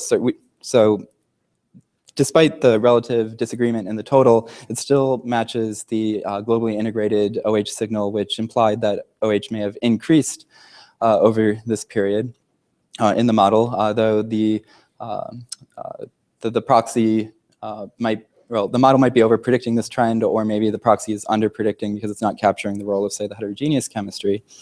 But what's particularly exciting is now we have spatially temporally evolving maps of OH variability in the troposphere from which we can more readily pull apart the processes, both climate and human, that are driving these emissions. So for example, the dominant mode of variability in the system is centered largely over Australia and Asia, which might be a global warming signal convolved with some emission changes over the region. But the second mode is very clearly an ENSO signal. So in conclusion, we are excited at the prospect of a satellite proxy for OH variability but the bulk of the uncertainty in the model is disagreement between NO2. The point I was going to make is that it could either be uncertainties in the retrieval itself or in the model NOI budget. And we're excited at the prospect and beginning to look at attribution of these OH trends. So thank you for your attention.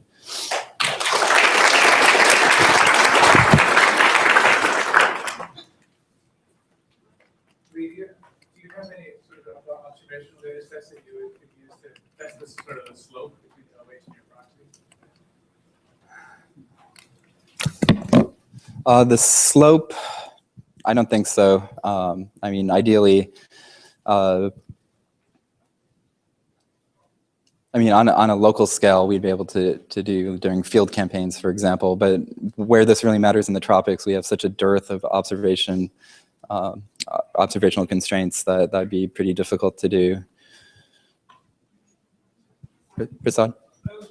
Well, interested whether your correlation coefficients are inflated by the fact that the anomalies themselves have a seasonal cycle. The seasonality is removed from the. Don't the anomalies themselves have a seasonal cycle? Yeah, probably. Yeah, that'd be something I should look at. But I mean, what we would care about is where the OH anomalies are the biggest anyway. So if it's biasing towards the months where OH anomalies are largest, that's probably acceptable for understanding what the processes are that are driving OH.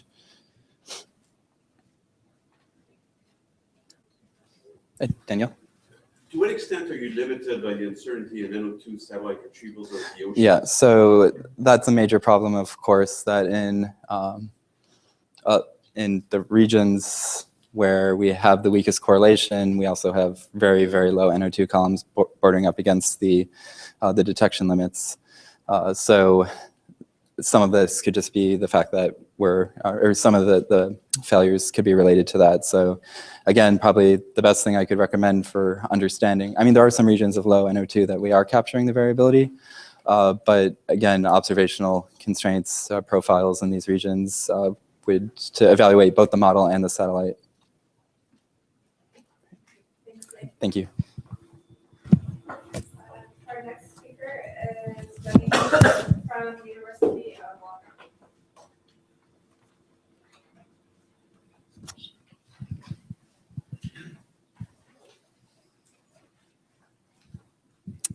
Okay, I'm sure you're all disappointed that I'm not talking about Australia today. I'm actually going to talk about the Southeast US and the organic nitrate chemistry there. So we already heard this morning that isoprene is difficult and the chemistry is constantly changing. I want to give you just a little brief overview over what this chemistry is. Let's assume is that working? Okay, so in the daytime, isoprene is oxidized by OH to form a peroxy radical.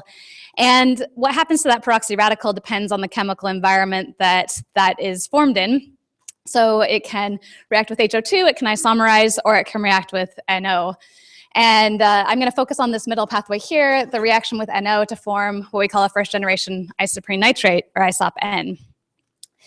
That species has a short lifetime against oxidation to form a second generation of isoprene nitrates, a suite of different species.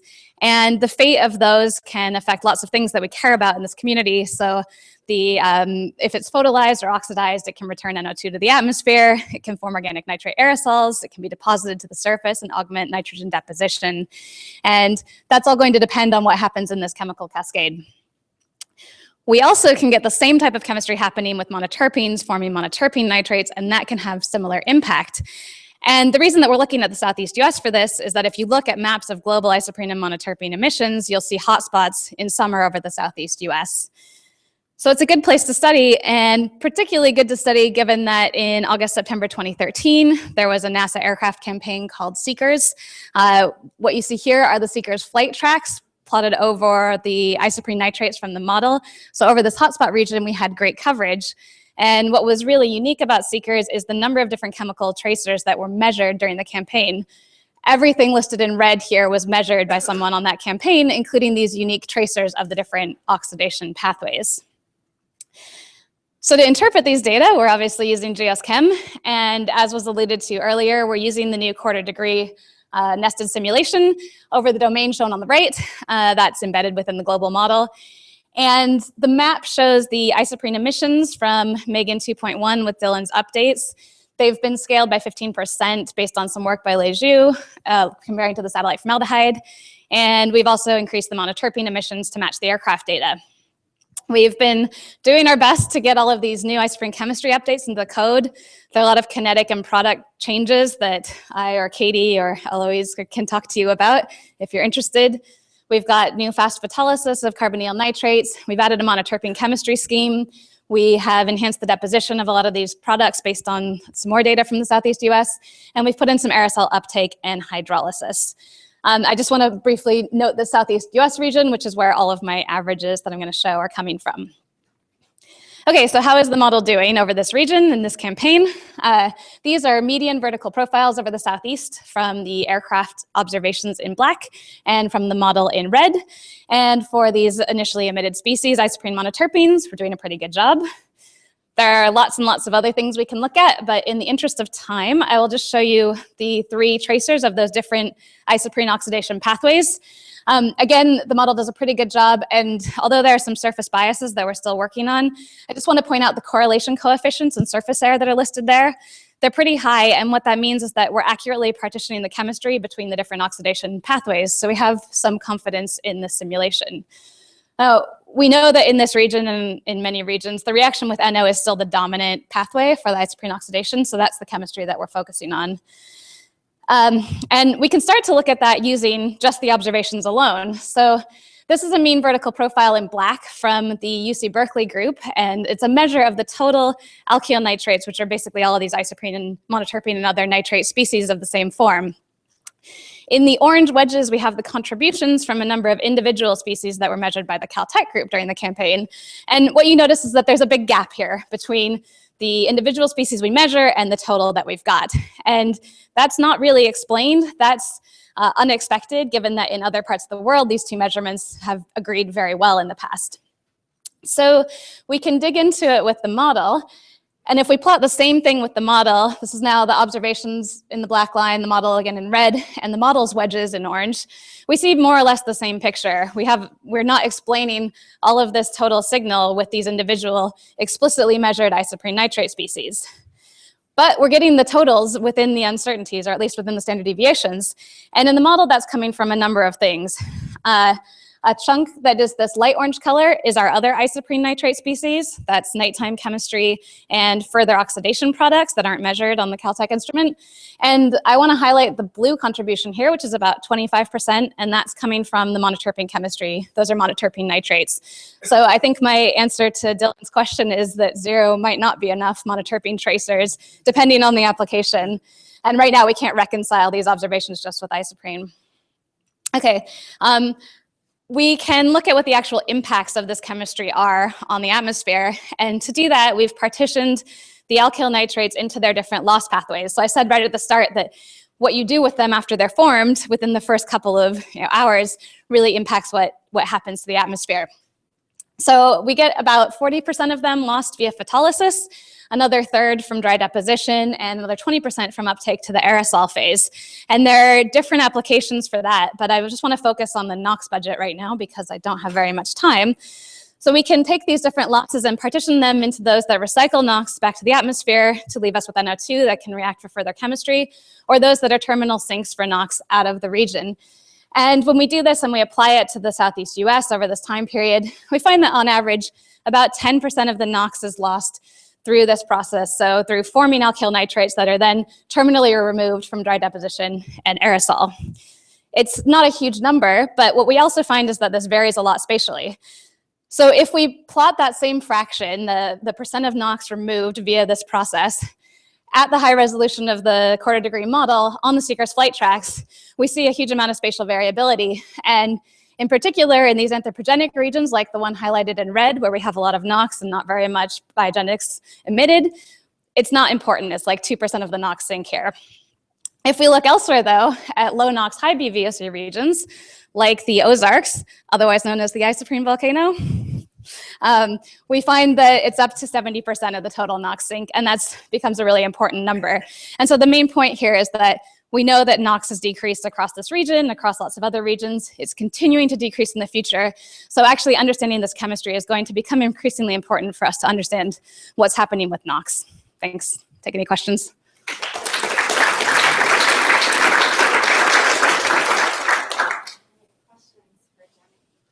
Dylan? Yes, that is an unexplained issue that has been observed previously, and it goes all the way up. There's this wedge in the observations. We don't have any in the model, and we don't know what it is. We have a particle contribution that helped that until we learned that particles shouldn't live very long. So I don't know. If you have ideas for that, that would be great. Or anyone else.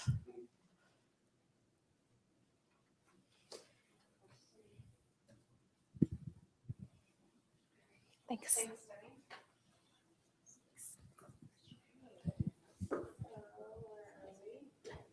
Okay, so our next speaker is Johann Schmidt from Harvard.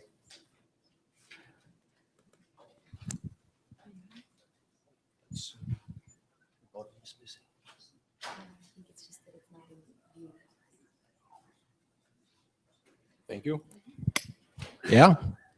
So how do I control it? I just, yeah, thank you very much. I'm Johann Schmidt, and today I want to be talking about a new halogen simulation that we have been developing. But before I start, I just briefly want to acknowledge all the people who have been helping me develop this simulation and who have been providing me with observations. So basically, we know that tropospheric ozone and chemistry that drive tropospheric ozone is not fully understood. So here I show a figure from a recent paper by David Parrish, which shows observed ozones at an ensemble of mountain peak sites compared to models for the same sites. And basically the models are overestimating ozone, and they don't get the growth rate of ozone since the 70s right. So I think it's fair to say we don't have a full understanding of tropospheric ozone. So bromine catalyze ozone destruction, and I've given an example of a mechanism that drives this ozone destruction up here, and even low levels of bromine radicals, say 1 ppt, are enough to cause significant ozone destruction. We know that bromine driven ozone destruction is important in the stratosphere, and we know that it's the main guy behind ozone depletion events observed in the polar boundary layer during spring. But it's still not clear if it's still not clear what the role of bromine chemistry is in the background troposphere. One thing we do know is that inorganic bromine is supplied to the troposphere through the photochemical degradation of bromocarbons, such as bromoform. It's also emitted from sea salt, and it's carried with stratospheric air into the upper troposphere. Recent model studies have shown a moderate effect of bromine on tropospheric ozone. For example, Perella et al. Showed that bromine decreased global tropospheric ozone by around 7%. But new observations that are coming out just now point to much higher levels of BRO and HOBR than predicted by these models. So we basically built or updated the bromine simulation in GeoSChem by building an entirely new multi-phase mechanism for halogens, which takes into account not just oxidation of bromide by HOBR, but also chloronitrate and ozone. And it also considers multi-phase reactions on surfaces such as liquid cloud droplets. In addition to this, we've added chlorine chemistry to GeoSChem, and we've added the coupling between chlorine and bromine. We validated the bromocarbon emissions against 3 different aircraft campaign observations, and we found that these emissions are consistent with observations. One of the interesting things we find, if you look at the top figure, which shows the inorganic bromine partitioning, is that in the updated simulation, HOBR is now the dominant form of inorganic bromine in the troposphere. In the standard version of GeoSChem, this is HBr. In the updated simulation, we find BRO to be increased by 50% on average in the troposphere, and we see up to 300% increase in certain regions, such as the tropical free troposphere, compared to the standard model. When we compare the simulated BRO column from our new observation against satellite observations, such as those derived from the OMI and the GOM2 instrument, we see good agreement between simulated and observed columns. In the top figure here, I show the SonalMe BRO column from OMI compared to the simulation in red, and the simulated column closely tracks the observed column, showing a small low bias in the tropics and in the polar regions. The lower figures here show on the left the observed BRO column and the simulated BRO column on the right, and the 2 figures look very much similar, but this similarity is largely due to stratospheric BRO. Although I would mention that between 25 and 50% of the total BRO is actually tropospheric BRO. So these 2 figures would not look alike if we did not take the tropospheric BRO into account.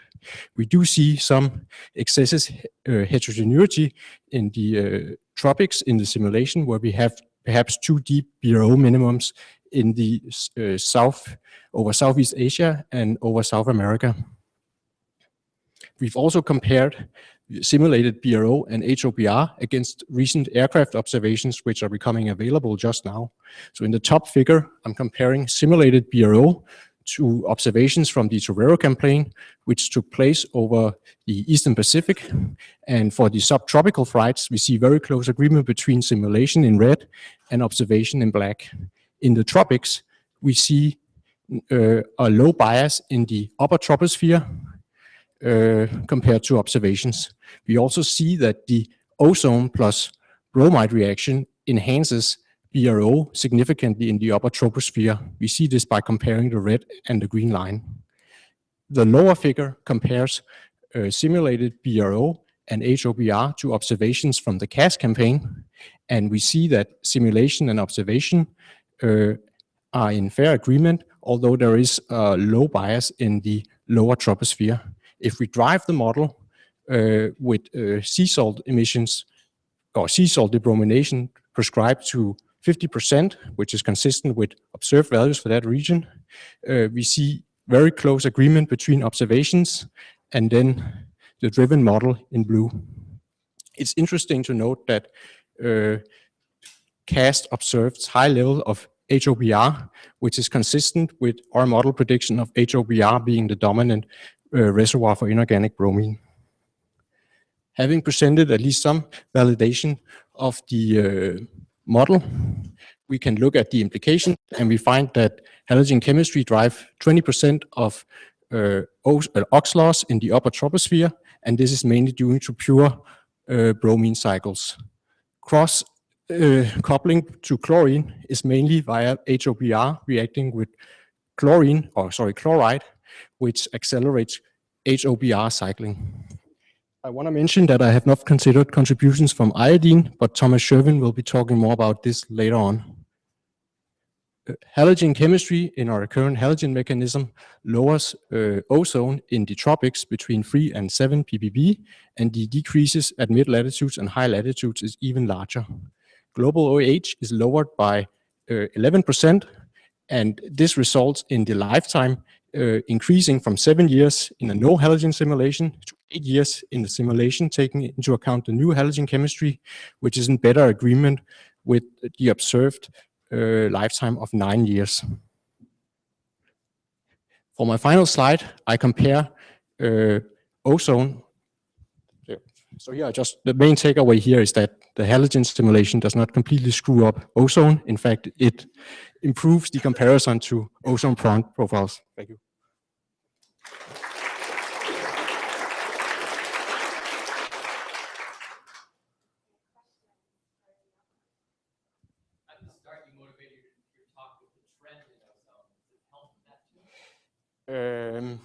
That's a good question. It's not clear to me how the trend, what's the trend in bromine. One thing that will have occurred is that the input from the stratosphere will have increased since the pre-industrial because we've been loading the stratosphere with BRY. But other trends than that are not clear to me.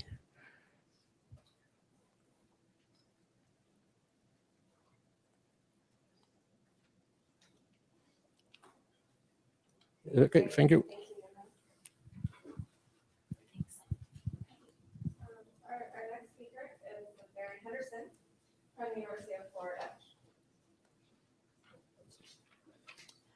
Would you rather use the PDF or? I'd rather use the PowerPoint. Okay. Before you put that document. Certainly. There you go.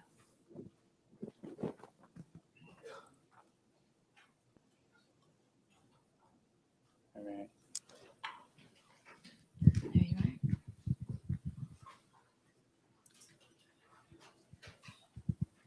Okay, so I'm Baron Henderson, and today I'm going to be talking to you about the sensitivity of radiative effect to chemistry. Some of this work was done by a graduate student of mine, Carl Seltzer, and so I want to make sure to give him credit for the work that he did. So what I want to point out is that when we talk about the radiative effect and radiative forcing, a lot of this is dominated by chemistry, and a lot of it's dominated both by the simple inorganic chemistry, and the organic chemistry. And we spent a lot of time sort of treating that as a solved problem, which is a point that Matt was making earlier. But of course, the methane lifetime, the ozone production and ozone destruction are very strongly limited by the inorganic chemistry, as is the secondary aerosol production. And so as we can see, those are major contributors to the radiative forcing. So it's a really big deal that we be looking at these uncertainties. And I think Ben's doing some really cool work on that. And I look forward to seeing more out of that. What I'm going to do is, rather than focusing on the uncertainties in a bunch of reactions, I'm going to look at a single reaction in a little bit more depth. So in general, what I'm showing here is the reaction rate for OH plus NO2, which is something that I did a bunch of work on constraining using field observations. And I want to put that in sort of the broader discussion. So what we have here is we have the rate constant as published by IUPAC and JPL. And the first thing to point out is that they don't agree. So the two governing bodies for this inorganic reaction rate don't agree on what that rate should be. If we go a little bit further, we see that there have been more recent studies by Molnar and by myself at 2 different temperatures that show that that rate should be reduced even further. So again, some of the chemistry that we often treat as given is still subject to a lot of uncertainty.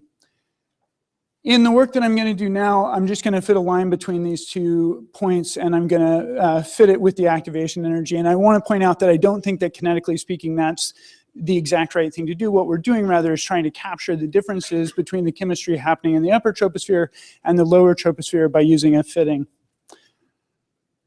So what I wanted to do was quantify the instantaneous radiative forcing due to the updated nitric acid formation rate.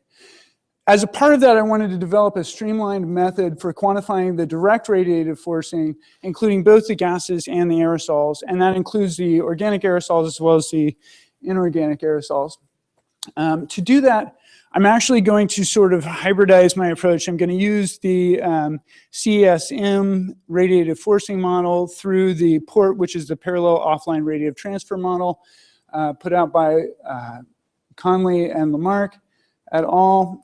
So what we're going to do is we're going to take some update in science. I'm doing chemistry, but it could be emissions. It could be anything you want it to be. We're going to run GeoSchem. In this case, it was version 9.01.03, excuse me.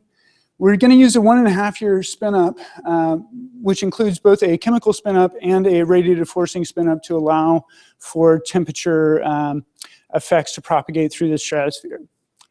Then what we're going to do is we're going to use a mass conserving translation to go from the GeoSchem grid to the CESM grid, both in terms of the horizontal and the vertical structure. And then we're going to have a new result that we can use in PORT. And I want to point out that in order to do this, we're going to have to run the PORT model for about 4 hours. It's a very easy thing to do. We can do that by simplifying, by rather than taking every single hour from the GeoSchem model, we're taking every 36.5 hours. To do that, you have to make some minor tweaks to the diagnostics. So what do we expect to happen? We expect by slowing down the formation of organic nitrates, we expect to speed up the NOx cycle, produce more ozone.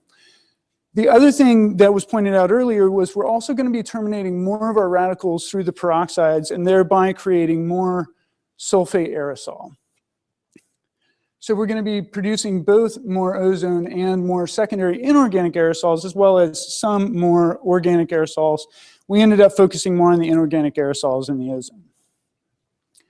So if we were to update this reaction rate, this one reaction rate based on this update from the literature, we would see increases in ozone that primarily happen throughout the subtropics and the mid-latitudes and extend well up through the troposphere, with the strongest happening over the mid-latitudes in the free to upper troposphere.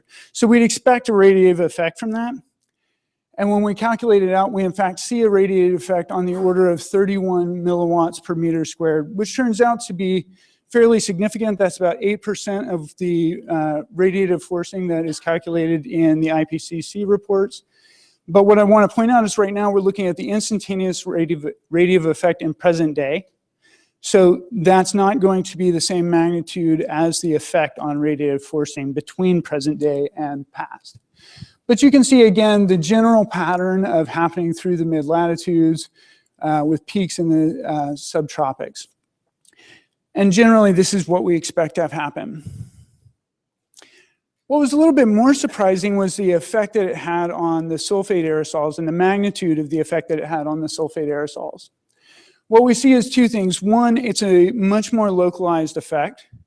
We see an increase in the sulfate aerosols causing a local cooling near the most highly populated areas, near Beijing, near New England, etc. But we see a relatively smaller impact here, 3.1 milliwatts per meter squared, but again, highly localized and intense around anthropogenic emissions. So this local sulfate cooling is also, it turns out, associated with increased nitric acid production. Okay, so we slowed down the OH plus NO2 reaction, wasn't expecting to see increased nitric acid production, but it turns out that we're enhancing the heterogeneous reactions, et cetera. So we actually see increases in the nitric acid near these anthropogenically dominated areas. When we put it all together, we essentially see a dampening of that effect in the mid-latitudes when we do a zonal average. So we see important spatial heterogeneity as a result of a change in what we often treat as a well-accepted reaction rate with little to no uncertainty. So overall, we see a mediation of the increased instantaneous radiative forcing and important changes in the spatial distribution with these really important local cooling effects. So as we start to do regional analyses of radiative forcing effects, understanding the spatial heterogeneity and how that changes as a function of what we assume in our reactions is really important. Okay, so overall, so far I've only shown results with a direct effect. So of course I'm not accounting for any of the indirect effects that this may result in increased low clouds from the increased particles. And the magnitude of the cooling piece that's associated with the anthropogenic emissions is something we're only going to see in present day. We're not going to see that same level of effect in the pre-industrial. By comparison, the ozone concentrations increasing will happen both in terms of pre-industrial and present day. So some of that instantaneous radiative effect will be mirrored in past and present, decreasing the overall radiative forcing change. But the local cooling is not likely to act the same way. So again, updating that chemistry is going to change the heterogeneity of the radiative effect, which gets more and more important as we start to scale down and try to understand the local to regional effects. And with that, I'll stop. Perfect time.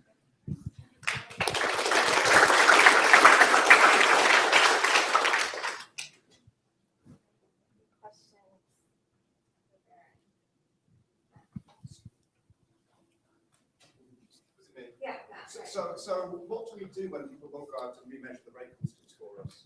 That's a good question. And actually, I think what we should be doing is more field-based inference studies. Of course I would, because I like doing them. But I also think that we should do them because it essentially drives the interplay between the laboratory and the model. We can infer something that puts pressure on the laboratory studies to go back and remeasure.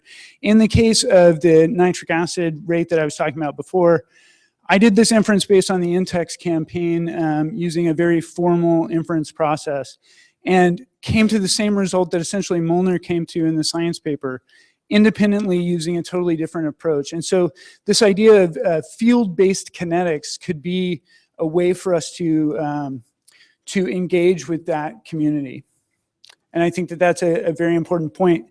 At the NSF conference at NCAR 2 or 3 weeks ago, we talked a lot about the importance of organic nitrates. And what I heard out of that was we're just not going to get a lot more data. So I think what we need to do is we need to use the models to show how important that is, what we think it is in a formal way that provides a quantitative benchmark that could be, could set the stage for a study and show how much precision they need in a laboratory study.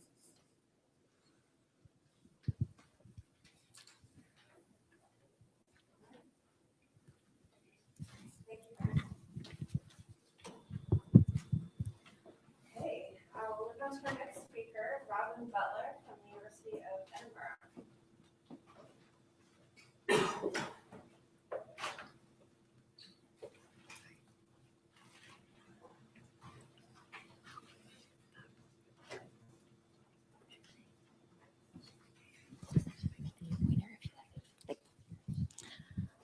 Hello there, I'm a PhD student working with Paul Palmer and Liang Feng at the University of Edinburgh, and I've been looking at very short-lived halogens over the Western Pacific. So why very short-lived halogens? So they tend to be a natural kind of organic source of halogens, so things such as bromoform and dibromomethane. They have a lifetime of less than 6 months and are important in areas such as the Western Pacific because they get transported up to the upper troposphere, lower stratosphere in deep convective systems like you can see in the diagram on the right, where at which point they break down through either photolysis or reaction with the OH radical and kind of add to the stratospheric halogen budget that that leads to these kind of catalytic ozone depletion cycles that you see within the stratosphere. So as a case study, I'm using the CAST campaign, or Coordinated Airborne Studies in the Tropics, mentioned by Johan. So this was an aircraft campaign in January, February last year out in Guam in the Western Pacific, where also we have the additional data sets from Contrast and ATREX with NASA taking us with measurements of VSLH all the way from 50 meters above the ocean to about into the lower stratosphere. For the course of this presentation, I'll be focusing mainly on the CAST campaign and how I've been using this data to understand the VSLH within Geoschem. So first of all, I've been looking mainly at the emissions within Geoschem. So trying to understand how these kind of represent the observations. So on the left, we have the standard Geoschem emissions, the Liang emission set, with bromoform on the top and dibromomethane beneath it, which is a top-down estimate of these VSLH emissions. On the right, I have the Ziska emission set, which is a bottom-up estimate of these emissions. Now, these gases tend to be kind of very linearly correlated within the atmosphere and within their emissions, which you can see in the above data sets, not so much within the Ziska. So you can actually see differences within how they represent the observations in this region. So on these are box plots taken over every kilometer of altitude, looking at the kind of the range of observations and the median values. On the left, we have bromoform, and you have observations in blue, model in red, standard Geoschem even in red, Liang, and then Ziska in green. And as you can see, you actually get a variation between the two gases in comparison. So you get an overestimate with the Liang emission set of bromoform, and actually a strong replication with the Ziska emissions, whereas you get completely the opposite with dibromomethane. Now this raises questions as to why do you get such differences with these two schemes. So to kind of investigate this a bit further, I developed an online emission scheme for calculating bromoform and dibromomethane emissions. So this uses a flux estimate where you have the KW constant and the H constant, which kind of uses local wind speed and temperature data to calculate a local flux based on an ocean concentration map of bromoform. I apologize, it seems to have ruined my formatting. However, so you develop basically an ocean map of bromoform concentration, and then using the relationship in the graph below, you then create an ocean map of bromoform concentration, and then within the model, you then calculate the flux every time step. Now for this, I used two variations of a bromoform ocean concentration map. On the left, I looked at how kind of coastal observations, so coastal emissions of these were kind of how well they replicated the data. These gases tend to be quite a coastally based driven emission. And then on the left, I went back through the equation to create the Ziska map of the bromoform concentration to kind of include some of the open ocean data as well. And these also, again, showed varied results with our observations. So the left again is bromoform, and then the right is dibromomethane. The top two plots are with the 20 picomole coastal map, and then the bottom plot is with the Ziska inversion map. And again, you tend to see these varied kind of dependencies with the observations. So with the top plot, you tended to see a vast underestimation of the bromoform concentrations. Now, does this mean it's not just a coastally driven emission? Is there an additional source, so an open ocean source of emissions, or are we just grossly underestimating the magnitude? Then with the right plot, what you tend to see is with the dibromomethane is actually you get kind of a much better replication of the data. So is this actually just a coastal driven emission, or have we just underestimated the magnitude? When you include the open ocean in the bottom, what you can actually see is two very different stories. So with the bromoform, we're underestimating the magnitude, but overestimating that for dibromomethane, like with the original Ziska emissions. So you start to ask yourself a question: is the relationship that we calculated, the linear relationship that you have, or the relationship between bromoform and dibromomethane, is it not as simple as we previously thought? And is it actually a bit more complicated? So when you kind of look within the model and kind of where you're seeing these spatial variations and where you're seeing these variations within the data, so I looked at kind of the model minus observed data and kind of where this was happening. So these plots are just within the boundary layer from the CAST observations. So you can see with the standard Geoschem emissions on the left for bromoform, you tend to see a bit more of an overestimation within the open ocean regions. A bit difficult to see in 3D, I apologize. And then on the right, you actually, as much as it's an underestimation general with the online emission fluxes, you actually tend to see it kind of more prominently within some of the kind of the coastal based sets for these gases. So these are kind of around some of the islands that you saw and some of the biological active areas that we were flying around during the course of the campaign. Whereas with dibromomethane, what you actually get is a vast overestimation over the entire area. So this is open ocean and coastal, indicating that there's potentially not the very simple relationship that we've previously assumed between bromoform and dibromomethane. So basically, in summary, are the emission mechanisms different? So it's kind of very difficult currently to replicate some of the observations that we're seeing over this region. And is it because we've assumed this very simple relationship? And some of the next steps that we're including is we've developed a tagged VSLH model run. So this is currently at coarse resolution, but we have developed it for the nested grid resolution as well. So we'll be tagging emissions depending on where they come from, and then looking at this to kind of include in some inversion modeling models to get an idea of actually a localized kind of emissions field of this data.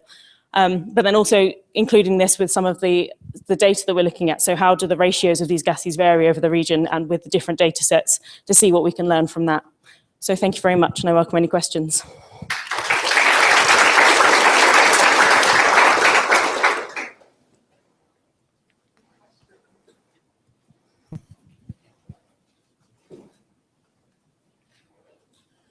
I have a question.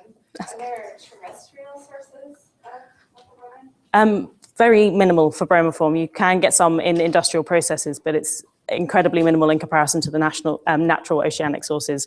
So I don't think it's currently considered that highly within the emission sets that you have, because it's kind of below 5% of the actual total emission source.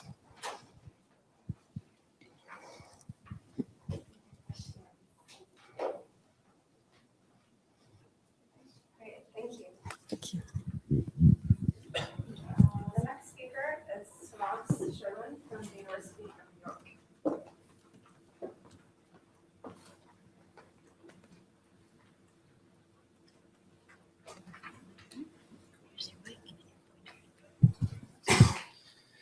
Cool. Hello.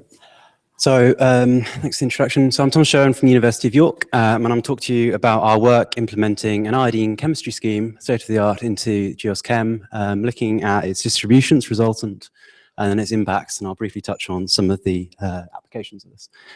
So a lot of people in this room will understand the complexities involved in tropospheric ozone sources, chemical from NOx and VOCs, but also the sinks, depositional and chemical. So when we talk about these chemical losses, we're really considering kind of classical routes, but also, as we've had mentioned today, we're talking about halogens as additional loss routes. So these species are more labile and tend to release kind of more easily in the troposphere. And Johan and Robin have talked to us about bromine already, and as I say, I'm going to focus on iodine. And iodine's really interesting because over the last few years, we've had a massive boost in our understanding, certainly on the inorganic side of the emissions, like the drivers behind it in terms of the deposition to the ocean and the iodide resulting in these inorganic fluxes and the percentage of these compared to the organic fluxes. Also, we've gained a suite that allows us to do some kind of constraint on our observations and therefore give us an understanding of how well we're performing in our understanding in these global models. So the system, as I say, is you have iodide in the surface ocean and deposition of ozone resulting in this inorganic flux, but you also have this micro and macro algae. So we're talking about majority oceanic sources, and these compounds are then emitted from the ocean and then photolized to form atomic iodine, which reacts very fast with ozone, resulting in IO. So it's abstracted and not oxygen from ozone. So then undergoes secondary reactions, which are transferring that odd oxygen. So self-reactions, reactions with HOX, so HO2, and then also reactions with NOx. This can then be photolized and returned by secondary chemistry to restore iodide and ozone, or to not restore the ozone, therefore catalytically destroying the ozone as the cycle continues. These are then lost to the aerosol phase, some of which can be recycled back into the gas phase via acid-catalyzed reactions on sea salt aerosols. But the end phase is deposition, again, mostly oceanic. So in terms of the system, which we've now implemented into GeosChem, we end up with these distributions. So these are the organic species vertically globally, and what we're talking about is a distribution majority towards the surface, as one would expect, with the longer-lived species such as methyl iodide, which is the lifetime of the period of 7 days, kind of stretching up in the vertical. For the inorganic species, you get the same picture of these higher concentrations at the surface, but also because of secondary processing, you end up with HOI continuing to have a prevalent concentration within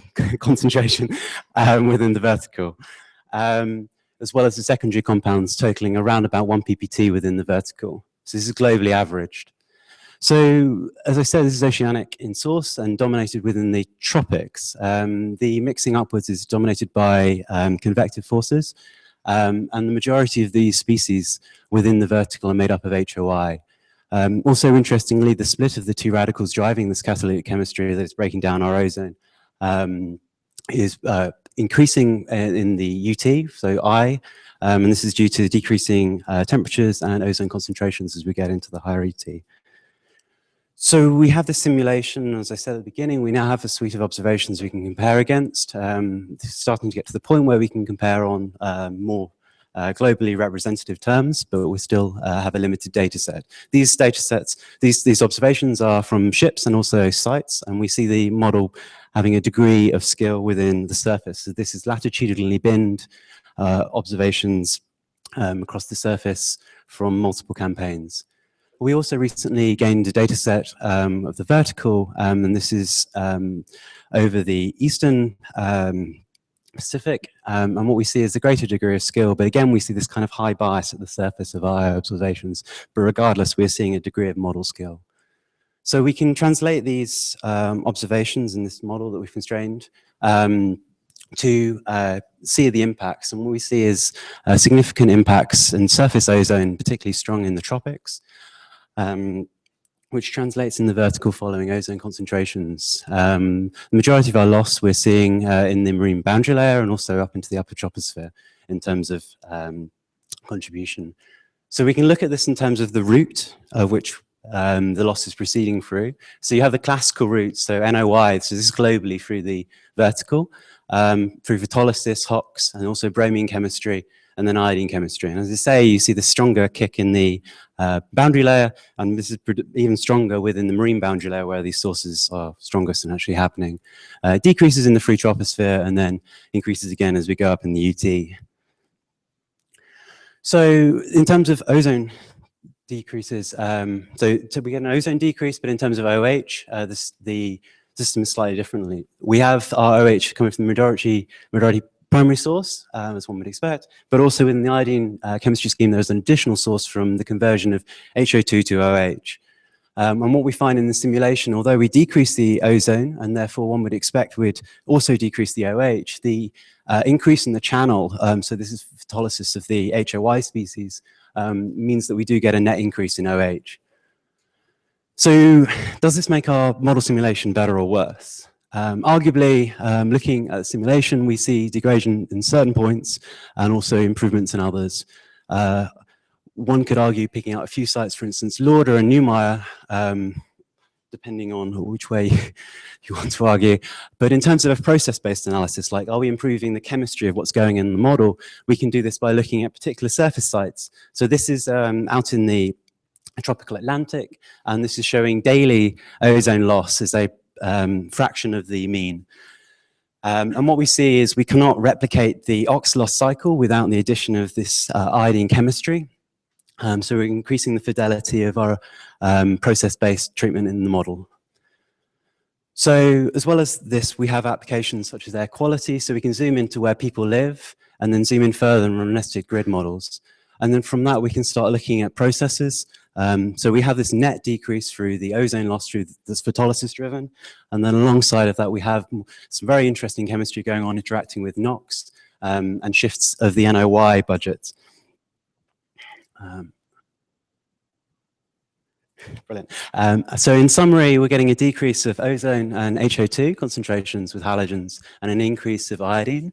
This increase is in the order of 1.8% for OH and a decrease of 9% with respect to V92 for iodine. So depending on context of what we've heard from Johan and also from Robin, also if we remove all of the halogens, that means we're talking about these additional loss routes alongside the classical loss routes. We're talking about 14% total change in ozone and still a negative overall of OH. Thank you for your listening, and if you have any questions, feel free to ask.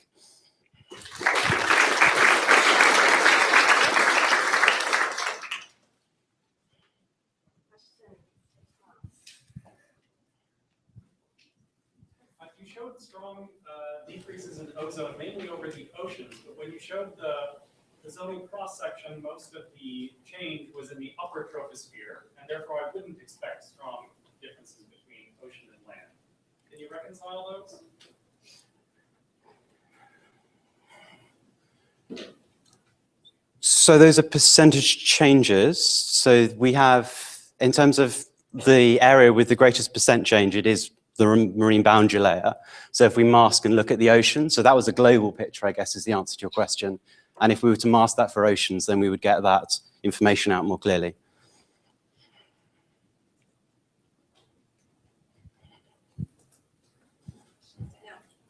Do you include aerosol loss of I2O2? And is that important? Yes, so that is the loss route that is going to be kind of pulling the iodine through the system. So you have eventual oxidation to these higher iodine oxides, which are then lost to the aerosol phase. And that is the route, the main route. So that, and then the main route for removing the iodine?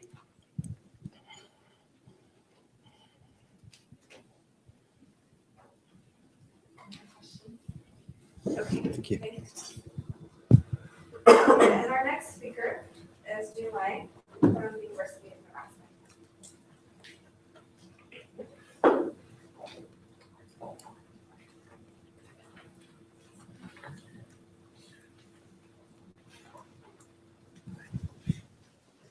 Okay, I'm going to show some work that Trigger did, but for family reasons, he cannot come here. And so, but all the credits should belong to her, and all the mistakes or misinterpretation is mine, okay? This is a new territory for me, and the reason I'm doing this because one day Joe come to my office and said, well, can you do something for, he's doing some work on using the computational molecular calculations to look at the spectral signature of the ozone versus the color-droplet water interface, and I want to see the global significance of it. So let's get started here. Yeah, okay. So they published a paper in last year, basically to show that when the ozone molecular adsorb to the water droplets, then the ozone cross-section increased by at least 1 magnitude, both in the UV, also in the visible region right here. And these black lines are basically the measurements. So the green line, blue lines are from their calculations, and the with considering this interface, the water droplets impact. And the red lines basically is the one that without considering the water droplets. So, and they conclude that this could be a important pathway for OH in the atmosphere. So basically, in the ozone photolysis in the atmosphere, there are two pathways. One is this one, like here, where is in very short wavelengths, where you can see that that generated the O singular D, but O singular D were quenched very fast. So this fraction here for OH is really, in average, less than 3% in the troposphere. But in this pathway here, they argue that if they are close to the water droplets, then you will essentially have the produce 2 OH. This triple P can produce 2 OH, and they find the quantum yield is actually 1. So they want us to test, how significant it is in the model. So so we looked into the code a little bit. What we did is that this should be updated. This is not the singular D here. This is just a ozone water kind of database we added into the model. So we change the quantum yield here to 1 for triple P, and also the absorption cross-section in the database. So that's what we have done in the model. So here I choose the I cannot see the. Here I choose the calculations for 1 month in 2005 monthly mean, and here I choose the photolysis rate, and then here I choose the difference with considering the ozone versus the color droplets, and then here I choose the relative difference, and you can see sometimes that goes to 200 a factor of 2 difference. Then we also went to look at the OH the rate, and we find there could be sometime also could be a factor of 1 difference in terms of relative difference in the OH, where you see the huge cloud. And then we also looked at the ozone difference here, and you can see, as you would expect it, that in the regions where you have water droplets, you see the decrease of the ozone can be up to 10% in the monthly average and the zonal averages. In the end, we actually looked at the in each grid cell, you have 30 days simulation, and in each days, what's the maximum decrease of ozone in various places. And again, you can see sometimes they can decrease by 20 ppb in places where you have high fraction of the boundary layer clouds. So here is kind of the summary here. So we implement a very simple scheme. In the scheme, we just calculate kind of back to the envelope calculation. So we didn't consider actually how much volume of the cloud in each grid box. We assume that cloud fraction represents the cloud volume, and then we know that's probably not correct. But at least that gives us a kind of upbound estimate of how much is the impact of this reaction. So, so I will just stop here, and I really want to hear advice and comments because it's a really new territory to me. Thank you.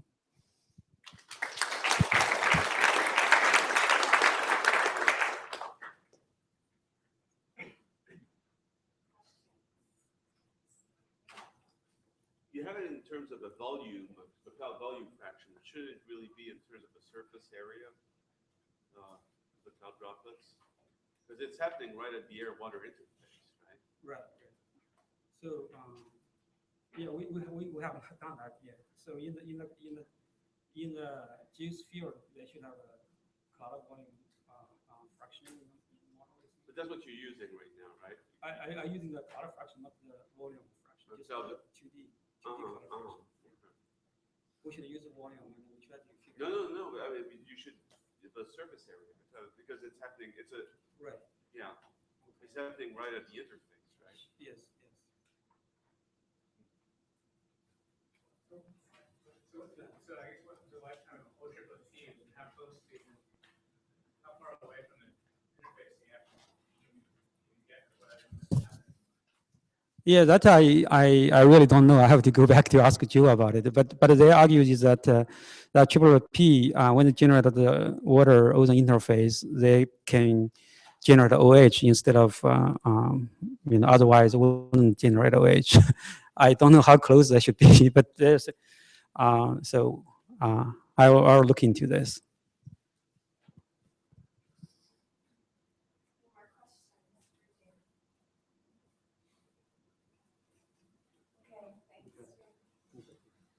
So now we're going to move on to our poster introductions.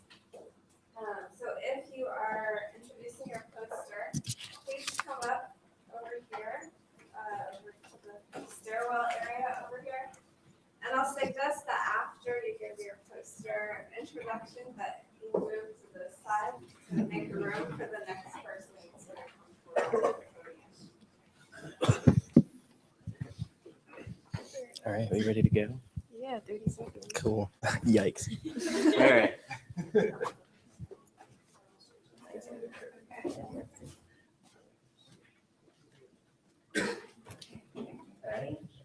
Okay, Kelvin Bates from Caltech. Yeah, so I have a poster this afternoon on Matt Evans' favorite topic, our never-ending revisions to isoprene photooxidation mechanisms based on lab experiments and field data from Caltech. So the specifics of the revisions are on the poster, but the moral of the story is, I'm sorry, even small changes to these oxidation mechanisms can have a pretty big effect on regional OH, ozone, NOx, SOA precursor budgets. So if you're interested in what those changes might be, come check it out.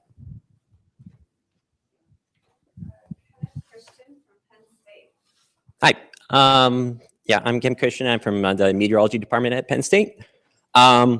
And so we're interested in how we determine model sensitivity and uncertainty and how we assign those sensitivities to the input factors, especially in nonlinear processes like in the atmosphere. We're also interested in which input factors are most responsible for the uncertainty of modeled oxidants like OH, ozone, and HO2, and whether or not these are mostly from emissions, kinetics, meteorology, or something else. I'm looking forward to talking to you all about my preliminary results, and I'd love to have your feedback. We're gonna skip ahead to Dean Bodello. Thank you, from the University of York. Okay, hello. Surface ozone variability is dominantly controlled by periodic processes, majority of which on seasonal and diurnal timescales. So we use spectral analysis to quantitatively produce new metrics to quantitatively evaluate model performance with global observations. So questions we look to answer are, does GeoSchem capture the magnitude of periodic variability? Does it capture the phase of periodic variability? And if there is any biases, is there any spatial coherence to these discrepancies? Yeah, come to my poster, thank you. Okay, our research mainly focuses on the variability of the surface ozone at different timescales. A newly developed analysis method, EMD, is used in our research. As an example, you can see with the help of the method, signal data can be decomposed into several modes, which the time scale is to the finest to the largest, so that we can compare the observation and the simulation at different time scales. And more details is on my posters. Thank you.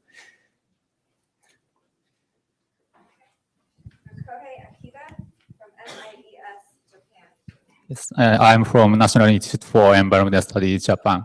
NIES observed ozone, carbon monoxide, PM2.5, and black carbon using cargo ship in Asia and Oceania region for about 10 years. In this study, we compared the seasonal variation at different latitudes with GeoSchem and CMAQ simulation to evaluate the model performance. Thank you. So I'm Lu. I'm working with Noretta on this project. We found the Atlantic multi-decadal oscillation drives a multi-decadal variability in ozone concentrations in the eastern United States. So by using statistical method and assuming a constant anthropogenic emission, this blue line shows the mediated ozone anomaly for the past 150 years. So now we are testing this result using the GACE and the GeoSchem model, and this is very important for the air quality management for the coming decades. Thanks.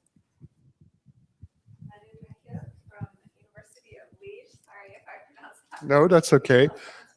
Thank you. So in our case, we are using GeoSchem to interpret long-term FTIR time series measured at various index sites. And the current focus is on the recent evolution of ethane, which shows a significant increase above North America, as obvious from this time series from Toronto. And if you want to know more, you are welcome at our board 17. Thank you.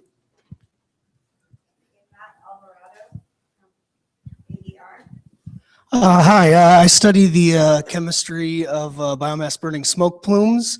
And the main takeaway from my poster is that the results you get for all the species I've listed in the title really depend on the chemistry of this soup of unidentified organic compounds that are present within the biomass burning smoke. And I'm hopeful we can turn this dependence around and then use the observations we have of these smoke plumes to tell us something intelligent about the chemistry of this soup and how it varies between fires. Thank you.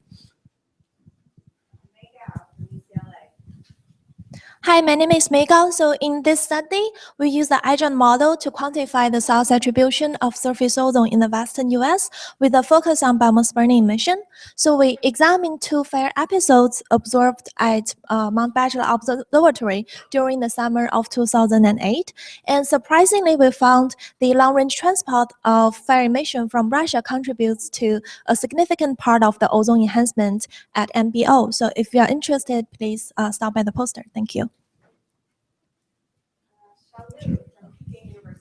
Yeah, I'm Xiaoru from Peking University, and my work focuses on the influence of wildfires on ozone concentration in the western United States. And as you can see, I use FlashPan model combined with fire inventory to calculate a fire index and use it to build a regression of ozone. And I also conduct geochem net simulation to find wildfire ozone.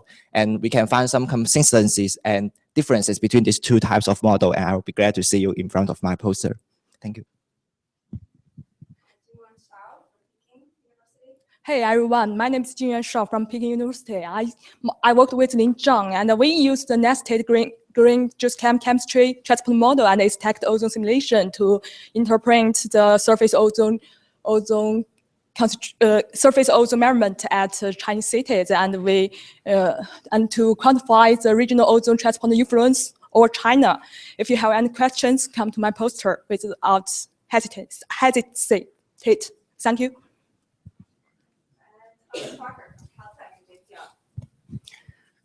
Hi, this is actually a data assimilation study using GeoSChem. We're taking a multispectral retrieval, a new product that combines information from the infrared part of the spectrum and from the UV from 2 different satellite instruments to produce an ozone profile.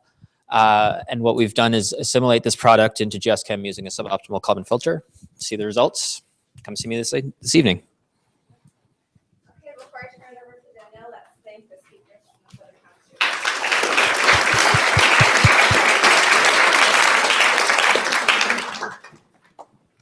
Okay, thank you to all the speakers, and thank you particularly for staying on time. We're going to convene the model clinics at, let's shoot for 4:40, 4:45. There's a typo in the room assignment for clinic number 1. It says Pierce 110F. It should be Pierce 100F. 100F. So maybe one of the Harvard students can wander around Pierce. So pick up an off sheet looking for 100F, 10F. I'm not sure even exists. Anyway, Pierce Hall is a building that's next door. It won't go far. If you go far, that means that you're lost. It's right next door.